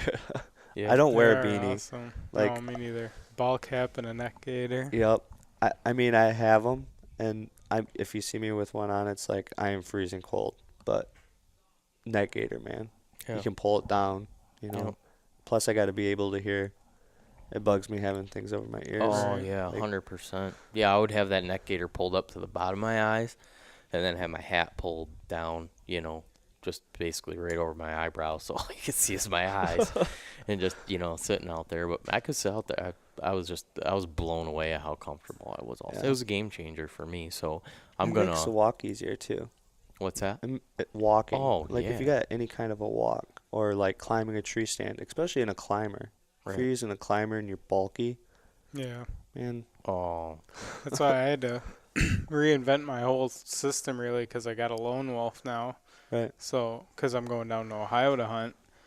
And so I went and bought Scree had like vented pants, kind of like Kuiu attack pants. Yeah, you that's know? what I got on right now. Yeah, so Yeah. they got the hip vents and everything, and nice merino base layer, and just because you got to pack your layers, Right. because it is gonna get colder as you sit out there, but it's gonna be so hot while you walk out. You got to have ways to keep dry, because you perspire and then you sit. That's what makes you so cold, is because Right. you're soaking wet. Soaking wet, sweating. Yeah. So you got to be able to regulate that temperature. So, Yeah. because hanging a tree stand, I mean, let's face it, no matter how convenient the tree's set up already, if you got to hang steps or climb up it with a climber, you're going to sweat a little bit. Yeah. You're gonna break a sweat. I actually started using a climber again last year, and I forgot how bad I'm at climbing trees. Like. Oh, they're so loud, too. I'm like, and it's hard to do it quiet. yeah, it is. It is hard doing it quiet. That's the deal for me is that I really like the climber. It's my most comfortable tree stand. Yeah. But God, if you're within a half a mile of deer, I swear to God, it's like, how do you get up and down a tree with them? You gotta. Maybe the lone wolf ones. I've never had one. I don't know anybody that does. Are a bit quieter, but I mean that Summit one. It's the most comfortable tree stand I own. I love it, but God, it is so noisy, man. It just blows the woods right out. It's the same one I have, except did you paint that one? I just painted that one because all It was the a original tan? paint was like, flaking off, and there was like some shiny aluminum. Yep. So gave it a fresh coat of paint. My sister gave me. Well, I have one like that, and my sister gave me an old Gorilla one. That one, it's a little bit heavier, but it wasn't as loud as that one. Okay. And Gorilla doesn't even make tree stands anymore, so. But it was comfortable. Mm-hmm. But I didn't realize Gorilla wasn't making tree stands anymore. I think they stopped a couple years ago. Yeah, they made a lot of accessories, right? I know I have like a Gorilla, like a tree stand seat. Yeah, I have a harness. I actually have 2 Gorilla tree stands. Hmm. And I just Maybe liability finally got him or something. Who knows? Yeah, I Lawyers. don't know. I actually just got a Hawk stand, the Combat, and that thing is so light, it's unreal. I'm so shocked. Were you just telling me yesterday? Is Hawk the Michigan-based Yeah. company? Yeah, they're Yeah. right out Yeah. of Frankmuth. Yeah. No Yeah. shit. That's cool. Yeah, because I know I've seen their stuff at Meyer. Yeah. And actually a friend of mine, Dave Thomas, who runs Bow Hunter Planet, he has a promotional code for them, and he told me, if you want anything off the site, or Right. him or one of his friends that works with Bow Hunter Planet said that they had a promotional code, and I went on their site, and it's like everything's always sold out. Yeah. But you can go locally and find the stuff, and then somebody just messaged us yesterday. I didn't know they were a Michigan-based company, but Yeah, it was actually John Eberhart was telling me at Rendezvous. oh, there you I go. had no idea because they were at Rendezvous. They were giving away some like door prizes or whatever. They had a couple little like Hawk tree stand accessories. Yeah. I just happened to be standing next to John at the time, and he goes, "You guys should try to get a hold of them. They're a Michigan company." Yeah, they're right out of Frankmuth. Yeah. Oh, Like, shit. That's cool. 4 miles from my house. Wow. Oh, it's cool. A lot of good archery companies out of Michigan. With Yeah. Prime, Prime. Darton, Hawk, Oneida. Oneida. I shot the prime this year, and I was very, very impressed. I shot it at the Pennsylvania Total Archery Challenge. I think it was a prime challenge. I think that's what they called it. Mm. And you had a 15-foot, 15-yard laser they had on the bow, and you had to hold it on the dot. Man, that bow was just like I've heard that from everybody. so nice. He's got Prime. So nice. Yeah, I got a Prime shift. It was the first year that Prime came out. It's their I think it's prime. I think it was a prime. they had well, they're easy to tell. I mean, they got the dual cam. Yeah, but it was prime. Yeah. So they're the I only get people elite doing and that. prime mixed up. They look a lot alike. Yeah, except the elite don't have that dual cam. Right. You shoot a 2-blade broadhead, which I found I do. interesting. A kudu. Yeah. Yep. I shot my doe with one, and that was the first animal I shot, and I am impressed. How did you come across that, or how did you make the decision to invest, in I that? didn't. I won them for Train to Hunt. Oh. I got them from Train to Hunt. And I was like, never even heard of them. Never. And I was like, well, they're 125 grain. Try them out for my elk hunt, see how they fly. If they don't, as long any broadhead's going to fly fine out of your bow as long as it's tuned right. Right. I mean, Which, and you got to have the right balance. You can't have this light arrow with, or not light arrow. You can't have Under spine. under spine, right? And you don't want to be. I found from 305, 307 for me, and faster, a fixed blade is not gonna fly. After 30, 40 yards, it doesn't work for me. sure. So I went heavy. They fly awesome. Yeah. I was shooting them at 100 yards and hitting a lung, They were just flying great. Yeah, it's about having your arrows right and having your bow tuned and whatnot, because a Right. 2-blade broadhead historically is that's what all the traditional archers, not all, but a heavy percentage of traditional archers like a good 2-blade broadhead. Yeah. I was really, really impressed with it. I mean, that doe was 31 yards, quartered away. I actually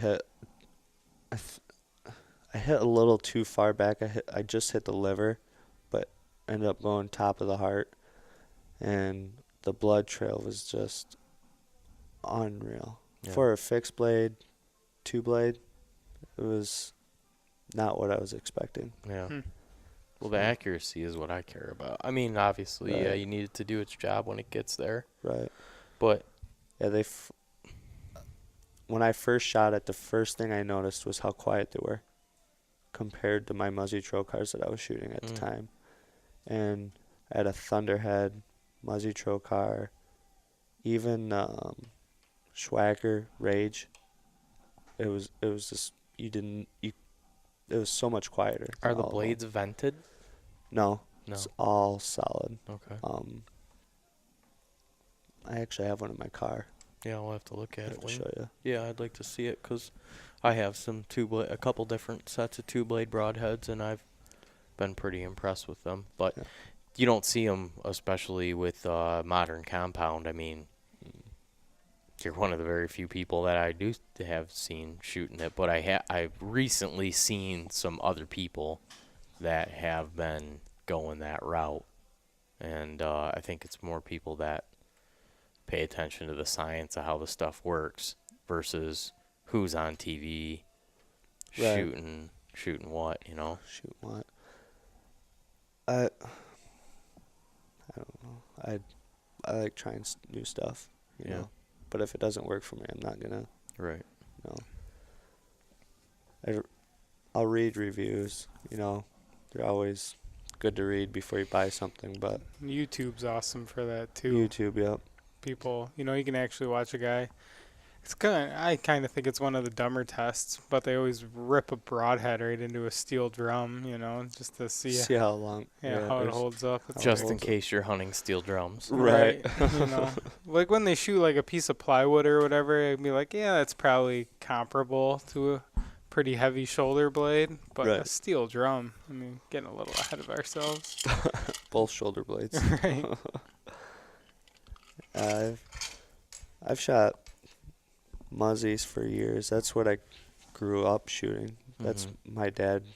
That was the first broadhead I had, was a muzzy. And that's what my dad always shot. So I was like, I want to be like my dad.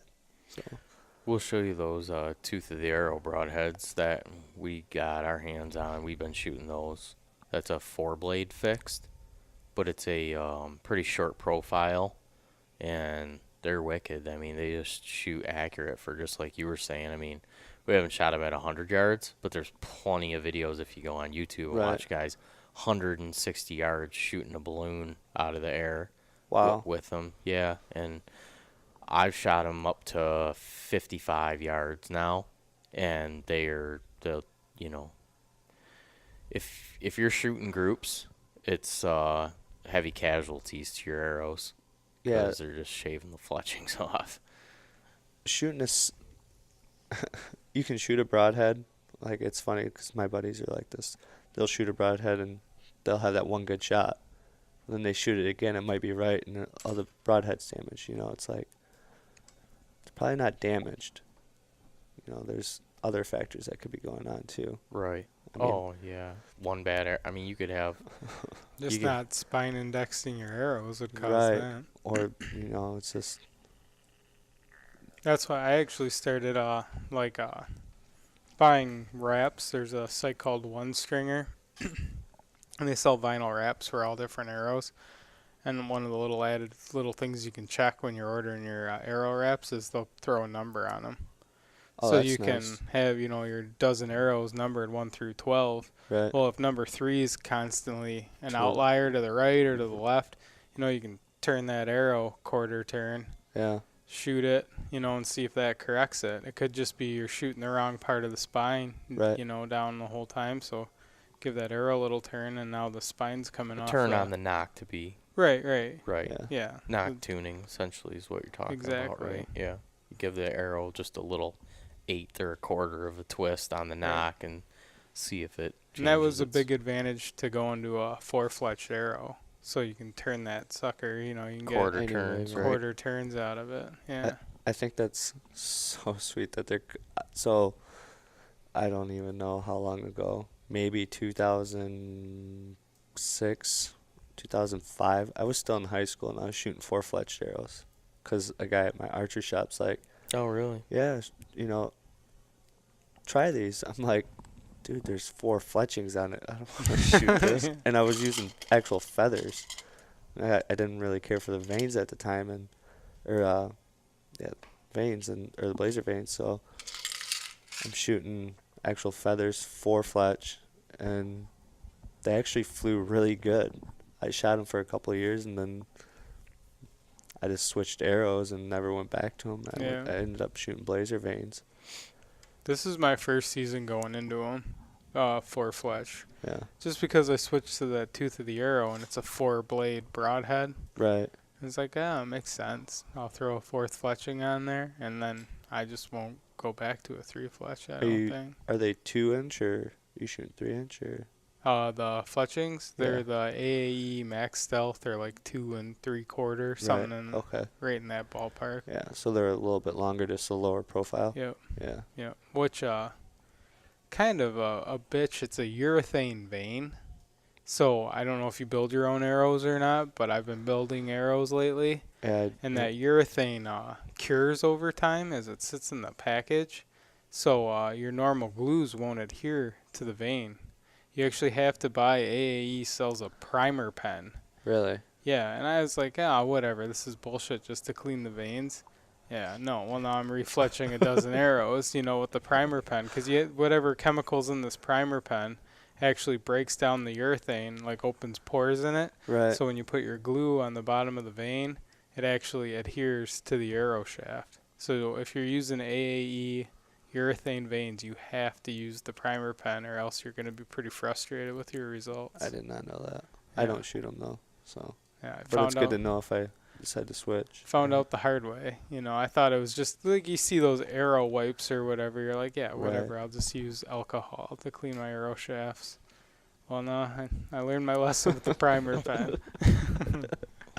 Things aren't staying on. Yeah. Oh man. But blazer vanes are made out of like a vinyl or something. They don't. Yeah. It doesn't cure like the AAE vanes do. Yeah, I've had no problems with the ones that you made me, but those are Blazer. Right. What kind of arrows are you shooting? Black Eagle carnivores. I was looking at. Do you like them? Yeah, Yeah. so far so good. You know, I can't complain. I went with a 300 spine, Okay. and they're the point, whatever, 1,000th, you know, straightness, .001. So they're $105 for a dozen shafts, I think I paid, and then wraps and fletchings on top of that. But I like the arrow a lot. Right. There's Is- heavier ones out there, Right. but I don't like the micro diameter stuff. I like an insert in my arrow, not an Yeah. outsert. I shot the deep 6 for a couple years now, and trying to find a broadhead. I mean, I shot the Muzzy Trocars. I went from shooting, oh man, what I have, Schwacker, I think. I shot that for a couple years. No, not even. I shot them for a season. Then I got these deep 6, and I had the Muzzy Trocars, and I think Rage and maybe 2 other companies make deep 6 broadheads, unless you do the outserts. And for my elk hunt, I ended up going with the 5mm full metal jacket, and it came out to 497 grains. So It's a heavy arrow. yeah, I was packing a punch. Problem I have with the micro diameters is the outserts. Carbon arrow, with the way they're manufactured, the OD, the outside diameter, isn't like a constant. It's because the way they spin the arrow or however to machine it, you know, I'm going to get my terms wrong here now, but Putting you on the spot. right. Well, the outside diameter has slight little variances in it, where the inside diameter of the arrow shaft's actually true. Right. So that's why when you glue inserts in, you don't even have to worry about it. But outserts, when you're trying to glue those on, you actually have to, you know, find the outserts, fit them to the arrow, and you actually have to, like, you know, I take like a Scotch-Brite, red Scotch-Brite, and I rough up the arrow just to take. You have to actually remove a little material and like custom fit every outsert onto the arrow, and then set it with like a 5-minute epoxy. Really. It's not just put a dab of insert glue on it and press it down on the bench. I've never had the outsert, so Yeah. I guess I have buddies that shoot them. Yeah, to the point now where I just order arrow. If somebody wants arrows with ouserts on them, just like I order them from another guy. Yeah. You know, I'm like, I don't have a lot of free time as it is, let alone sit in my garage and dick around with that the whole time. It's a lot easier just to push an insert down into the shaft and be done. That's why I like those 5mm, those full metal jackets. It was just like I could go to 125 grain head, and it's probably somebody will say it's overkill for a whitetail, but Yeah. I want that pass through. I want to know that. I mean, you can pretty much shoot a light arrow if you want, and it's probably maybe better for a whitetail. Yeah. But I've never had any issues with like penetration on whitetail deer at No. all. Not since I bumped up to. I shoot. well, the newer bows too. I mean, I'm only shooting 65 pounds out of my prime. right? No, actually, I guess it's a lot of people shoot 70. 65 seems to do it for me. And the first year with that bow, I had a doe 40 yards. I was shooting a Montec at that time, and I just blasted right through both shoulder blades. That's what she shoots. Yeah, and then, G5. yeah. Yep. Yeah, that town Memphis you drove through getting here, that's where G5s are out of. So Really? yeah. I did not know that. Yep, there's I knew they were from Michigan. I just didn't know they were. Yep, they're right half hour from here, so kind of a sucker for a lot of their stuff, but That makes it nice. yeah. Yeah. I've had good luck with it too, you know, they don't spare any expense on quality or anything. You know, when you put your money down on a G5 product, you know you're getting a good value out of it, but yeah. When she first started hunting, it was so tough because I'm not shooting a bow, so I don't know what she's got going on. If there's hand torque or, you know, just yeah. it was like she'd hit here, you know, and come to find out she was actually shooting fine. Everything was set up right. It was just her broadhead. Oh yeah. And it was like we went through so many different broadheads for her. It was just unreal, and ended up being a Montec G5, 75 grain. And Oh really? she shot her first, I think it's, or 85, I'm sorry, 85 Yeah, grain. it's like I didn't even hear of a 75 grain broadhead. And she shot her first deer with that, blew right through it, and I think she's only pulling back 40 pounds. So 60? You're not pulling 60 pounds back. That's what I pull. Get out of here. It was 60. I think it's 55 now. Hey man, she didn't. Training to hunt, man. Yeah. You're not the only one in the house. Yeah. Mrs. Beast of the East over there. Whole Yeah. time, yeah, you were doing that. She was doing reps with the AccuBow. That thing's ridiculous. I can't look at that and not laugh, man. You Oh, look like man. a friggin' you're on a I think Star you'd Trek. look tougher with a shake weight in your hand than an AccuBow. I like how they went for a good cause for Rick Crone, right? I mean, they helped out with that, right? I'm not sure what that. Rick Crone. No. Cameron Haynes is, I might get this totally wrong. Oh, you're talking about Roy? No, Rick was he was a baseball player. He's the one that had cancer. He was Oh, on I'm not sure. Okay. the Outdoor Channel. I thought you were He just passed referencing- away from cancer. Okay. But they were given, Yeah, I'm familiar with what you're talking yeah. about. But at the same time, I'm like, kind of like, if I have that, why am I not shooting my bow? I mean, there's times where even if I can't get outside, I'll shoot right in my house. I mean, 3 yards, you can do a lot at 3 yards. Yeah. Sit there, hold it, you know. Yeah, that's this- what I wondered.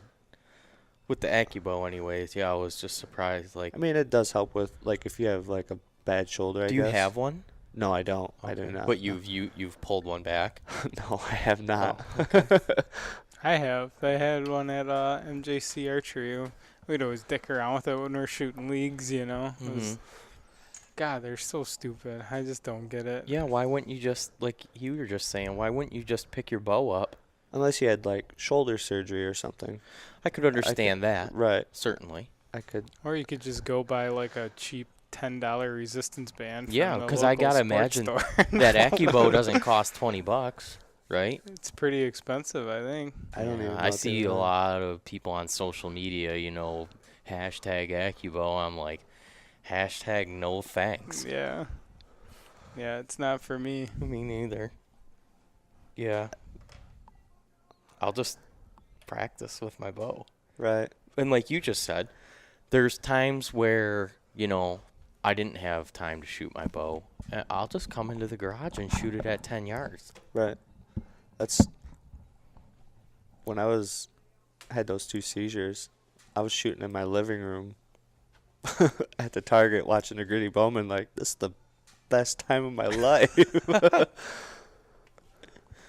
Wife's funny. not home. We're shooting arrows. Dog's sleeping. It's like, oh my gosh. Well, for me especially too, that longbow, I could come in the garage Right. if it's dark or raining or nasty out, and I can shoot arrows at 10 yards, and I really I feel like I'm getting good practice in. Just getting your form down. Because, man, when I hunt with that bow, that's my goal. 10 yards. Right. I can Closer the shoot better. that bow, and I have shot that. I haven't had a lot of time this year to shoot it, so I'm comfortable at 20 yards. But last year I was really practicing, and I could definitely take a poke at 60 yards, and I could be confident that I would hit a deer. I would kill it. Right. Whether or not it's going to be a long or a short track job. But same thing, it's a big 2-blade broadhead, Right. So I know that if I hit that deer and it's a real heavy arrow, that, one way or another, it's, I'm likely to recover that animal. I would never, ever, ever shoot 60 yards with, A recurve no, or a long. not for me personally. Right. But, That's a poke. I have a block. Right. And if I was going to shoot a half a dozen arrows, I would be disappointed in myself if I missed that block at 60 yards. Yeah. So I mean, you're talking a recurve, right? with the longbow, yep. Yeah. Yep. That's a poke. Yep. 60 yards. Yep. But my goal is 10. Like, that's the whole point of hunting with that bow. Right. Is I want to be 10, 12, 15 yards, And I've had deer within 10 yards of me with that bow. Last year at Spike, I was on his property up north, and they don't shoot 1.5-year-old bucks, which is, fine. I normally wouldn't either. Right. I haven't shot a 1.5-year-old buck in 10. We don't shoot any bucks. Ever off that property. I've never seen anything older than 1.5 years. I did, after actually. 8 years of not A shooting. year or two ago, I had a nice buck come in on that property that I missed by. I didn't get a shot at him, but he just cut the wrong direction. If he had walked in the same direction he was walking 5 yards, I probably would have killed him. But I was sitting in a deadfall, and I had this 1.5-year-old buck come up this ridge, and he worked right out in front of me, and he was feeding right out in front of me, and he was probably like 10 yards. Right. And I was like, I want to shoot you so bad. I'm on the property that he owns used to be my grandfather's property. So I'm on my grandfather's property in northern Michigan with my grandfather's longbow with a deer 10 yards from me. Send it. Dude, I was That's the whole thing that history was right there. the whole thing that was going through my head is like, how much cash am I going to have to shell out to make this whole deal okay? Because him and my cousin own it together. So I knew there was going to be 2 of them that were going to be pissed at me. I found this deer. Is this laying here? Yeah. I figured $100 to each one of them. They couldn't possibly be angry, $100 right? a point. But when I came back and I ran that scenario by them, like, yeah, dude, we definitely would have been pissed. I'm like, damn it. And I'm not hunting here anymore with that bow because, yeah, I'm going to hunt with that bow again this year. And You're welcome to shoot any doe that walks by. Right, I just know. not the It just young didn't buck. happen. Yeah, it was just, and I think a 1.5-year-old buck's probably the easiest animal to kill in the woods in the fall because they're just so curious and they're out Yeah, and about and they're moving They're all around. jacked up with testosterone that they don't know how to handle. So Yeah, Right. they're Yeah, constantly just like investigating everything. everything, Yeah. man. Yep. You could make as much noise as you want to get into the stand, Yep. and you'd more than likely have a 1.5-year-old walk by. Right. So I'm going second weekend in October up to the Pigeon River, and we're gonna backpack in and do a tent for the couple days, and I bought a teepee. Okay. So we're actually Alex Slosser Yeah. going with me, and a couple of my other buddies, and I'm taking my longbow, and Are you guys just doing the weekend? yeah, yep, we're just doing the weekend. Jealous. Yep. And I got a doe tag, and I've got both my buck tags. So if anything comes within 15 yards of me, I mean, I'm going to be very, very happy to. Right. Yeah. I've never shot a deer with a traditional bow ever, so. So my this is funny. I've shot traditional before. My very first time I'm talking now. I'm in my father-in-law's garage, and he's got probably a 4x4 bag target. up against his garage door. And I was like, have you ever missed this? He's like, no, Ray. How do you miss a 5-yard, 6-yard shot? I'm like, I don't know. I just wondered. I shot right over this thing, blew through his garage door. He looked at me just like, what are you doing? Oh, my gosh. Well, Yeah, that door right there that you're pointing at has arrow holes through it because people were over here on a Friday or Saturday night and see bows sitting around. I want to try to shoot a bow, you know. And my wife's cousin, you know, she's like, oh, it looks like so much fun. Can I shoot it? And I'm like, yeah, I don't care, you know. Arrow right through the door. I'm like, son of a bitch. Yeah, so my chances of success with a longbow at 5 yards is slim to none. So We'll see what happens I'll stick to the wheels. next weekend. I hope to be cutting a deer up and stuffing it into a backpack. I got to do that this year for early doe. Because the spot I shot her it's like a 70, probably maybe 60 acre cornfield. And she ran probably 50, 60 yards into the woods. And the last time I shot a doe out there, me and my dad had to drag her all the way around this bean field because I'm not going to drag this deer through the farmer's crops, you know. So I'm thinking, man, I do not want to drag her all the way up to the road through the corn. So I ended up quartering it up right there and throwing it in the game bags. And Way easier deal, right? it's so much quicker and easier. Yeah. I did it for the first time last year, and I was like, So did you gut it before you skinned it? I Or did you do the... I did this one because it was so hot, and I just wanted to Cool it down. cool it down as fast as I could. See, like Ranella, I know he always says that he does it that way regardless. He always gets the guts out, and then... But I know watching a lot of guys that You could do it like... the gutless method. Yeah, do it with the, quarter it with the guts in it, right? Yeah, Yeah. I did that last year, but it was a lot cooler. It wasn't like early doe this year. Are they comparable as far as like time and efficiency, or do you prefer one way or the other? If depends on the situation, I guess. Like that early doe, it was so hot, so I knew I had to get the guts out because it's gonna cool her off. But the flies are absolutely terrible. I had flies on me like About that. So, I don't know. The gutless method is just, it's so easy. So easy. It's just, everything's right there. right. You A don't lot have- less to deal with, but yeah. And I've always just gutted them. I've never done the gutless method. you can get to the inner loins like no issue at all. Yeah. So, I think it's like it's right by the vertebrae. I might be wrong. Right at the end of the ribs. Just you take that back strap out and you can just put your hand up there and it peels right out. It's so warm. Right. So- And that's the only thing you gotta get out of there, right? Unless you want the heart. If you Right. want the heart, then Which yeah, I do. yeah, we pickle that. So most of the time, Sorry.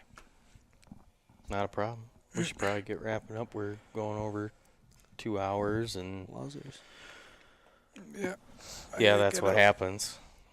I didn't even realize that. Yeah.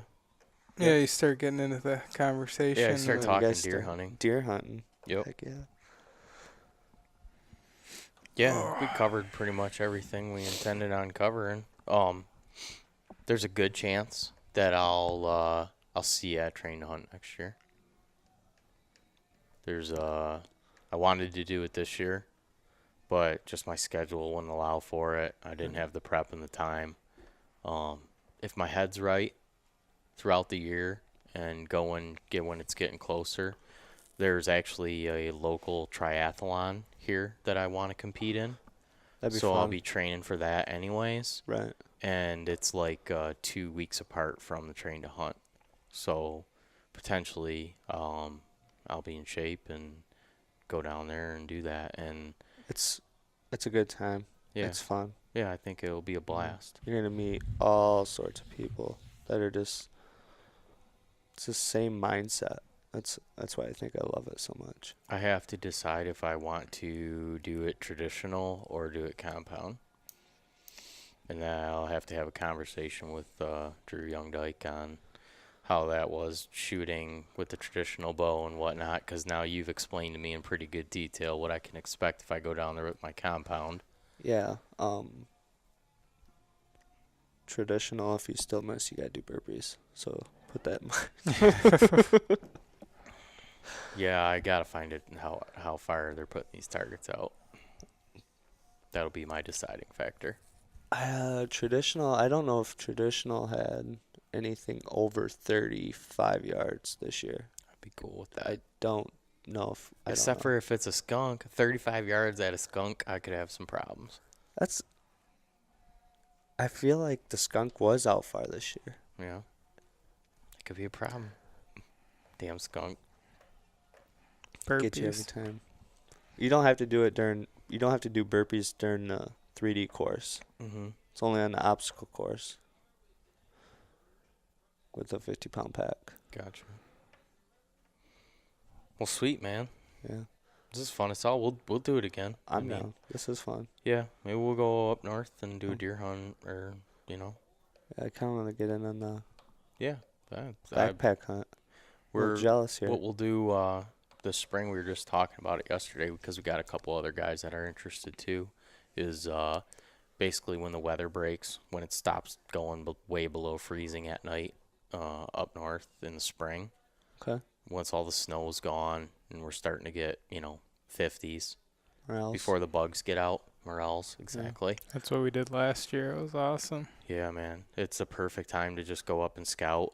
And so we just we pull the trucks in, whatever. We'd get up there on a Friday night and throw our backpacks on and maybe hike in a half a mile or a mile. And we got a spot that we like to camp. And then we'll camp. And then from there in the morning, we'll all just take off and do our own thing, go scouting for the day. And That'd be then fun. hook back up at night and, yeah, pack some beers in. And Sounds like elk hunting, minus the beer part. right. And no water. I mean, there is water, but. Right. Oh.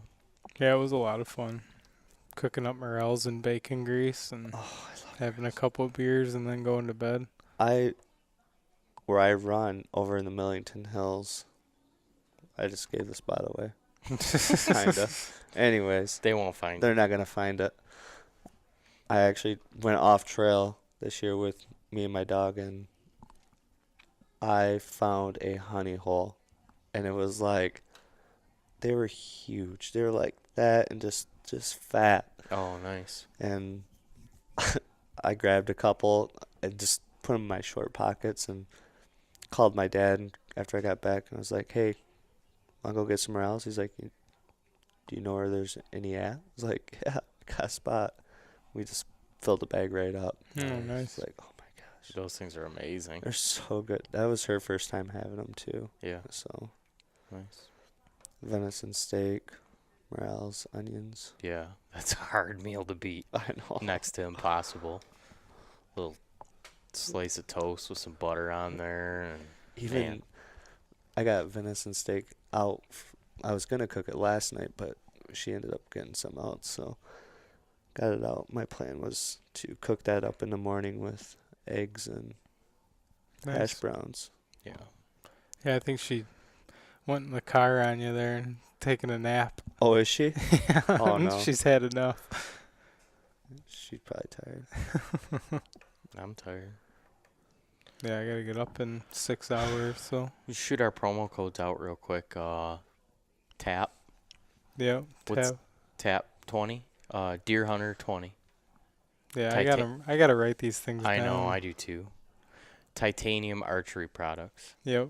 Yeah, and it was 20% off. I think I always put them in the description of the YouTube videos. Has them all on there. I usually say that I'm going to link them in the episodes, and then I never do. The YouTube, if you go in the YouTube videos, any of the last like 3 or 4 that have come out has In the description, it has the link to like Titanium Archery Products website. It says what the discount is and how like the discount code and the percentage off right in the description for the videos. So Yeah, we haven't even talked about it yet at all, but we have a brand new website yeah, that's up, and it's nice and has all the show links, a bunch of photos from the show. It's going to house all the photography from this deer hunting season, any of the videos from this deer hunting season.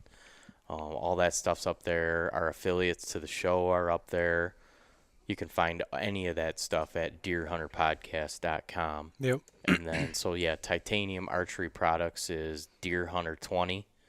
And then we have a promotional code for 10% from Tooth of the Arrow Broadheads. Yep. That's, Deer Hunter 17, I think. I don't know why it's 17. Just the year. That's I'm what guessing. he picked. Yep. So if you want any Tooth of the Arrow product, they make, the broadheads. They have the practice broadheads, sharpeners, any of that stuff. You can use Deer Hunter 17. It's 10% off. Sweet deal. And then Plythel lethal layering system. If anybody needs any rain gear layering system, I'll say that Drew bought a ball cap, and I probably wouldn't recommend buying a ball cap because it's a really just the material's super nice. Yeah, it was Super nice, and it fits comfortably. But if you look at yourself in the mirror wearing that hat, you're like, yeah, I'm not wearing this out of the house. It's just got a weird fit to it, man. It did. It did. Like how ball caps have like a denser material in the front, to keep the logo up or whatever. This didn't have it. It was like So a it's like Yarmulke with a brim on it. It was really. Flat. Yeah, it looked like real. a 1920s baseball player walking around. I have a couple hats like that, and I can't wear them. Yeah, it was a really strange fit, and he told me, he said, "Oh, it didn't fit. I'm gonna return it." And I said, "Well," or he brought it over here, and I thought, "Well, he's got a much bigger head than me. I thought that's probably gonna fit me perfect, I put it on. I was like, "Oh shit, I'm not wearing that." So yeah, I'd advise probably not to go with the ball cap, but the hoodie, and then I have the 2.0 full rut stuff if anybody's looking for some gear, and then they have late season gear, and that's going to be my investment this year. I was telling you earlier that I bought all their mid-weight stuff, Right. and I was able to put my old stuff over it. Those are the codes there. Oh, okay. So Perfect. it is Deer Hunter 20 for titaniumarcheryproducts.com. Playthal is just Deer Hunter. That's 25% off. And Tooth of the Arrow, Deer Hunter 17. So for 10% off. Yep. And they have late season bibs and a Prima Loft jacket that I want to buy to layer over because they have this digital camo that I just love. Yeah. Love the digital camo pattern, especially for where I hunt, like up north where there's a lot of pine. Those cedars, yeah. Yeah, it's just a super killer stuff- pattern. That stuff blends in very well. Yeah. That's what one of I guess it wasn't the same brand, but he had the Coed stuff and the digital pattern, and it blended in Amazing, right? awesome in the pines. Yep. So where I hunt, I don't have a whole lot of pines usually, so We don't down here either, but it still has a lot of gray and white tones in it, and it Right. still just breaks your outline up like crazy. that's what you want too. Right. So, Yep. And then, yeah, I think maybe after the first year we'll have a promotional code with Exodus. Right. Um, Yeah, if you email the show or get a hold of us on Facebook, we can hook you up with one of the owners at Exodus, and they'll knock $20 off. But we're happy just to support those guys as friends. Right. Yep. Great guys. Good cameras, even though cameras just in general can be. It's electronics. That sits in the elements. I mean, Yeah, so you should probably invest in something that has a 5-year warranty. right. So, well, Ray, thanks for coming over, man. no problem. Had a great time. This was fun. Yeah, I had a lot of fun. I think that we'll do this again, and yeah, maybe we'll try to do some hunting together. And yeah, maybe I'm always down to hunt. next year I'll go down to Pennsylvania and embarrass myself. Yeah, I'm not Oh. taking part in that at all. It sounds miserable. It's it's not bad. Did you Yeah. call it cross hunt bow fit? Yeah, cross hunt bow fit. Yeah, it is too. It is. It's so funny because both years I'm like so nervous, and then I don't know, Power Yeah. through it, right? power through it. Yeah, a lot of it's your mental state. A lot of it is mental. It's just It's not all mental, like Cameron Haynes would say, but it's a lot mental. yeah, it's a lot mental, but it's a I'm lot gonna make a physical too. T-shirt. Yeah. Hashtag it's a lot mental. It's a lot mental. Oh, God. Last thing I'll say to anybody that's been listening to the show, thank you so much. If you're willing to go to iTunes and leave us a ranking and a review, we would be super grateful for that. So, everybody's archery seasons will be pretty much opened up. Everybody be deer hunting by the time they listen to this. So, everybody have a great season, shoot straight, and thanks for listening. Yep.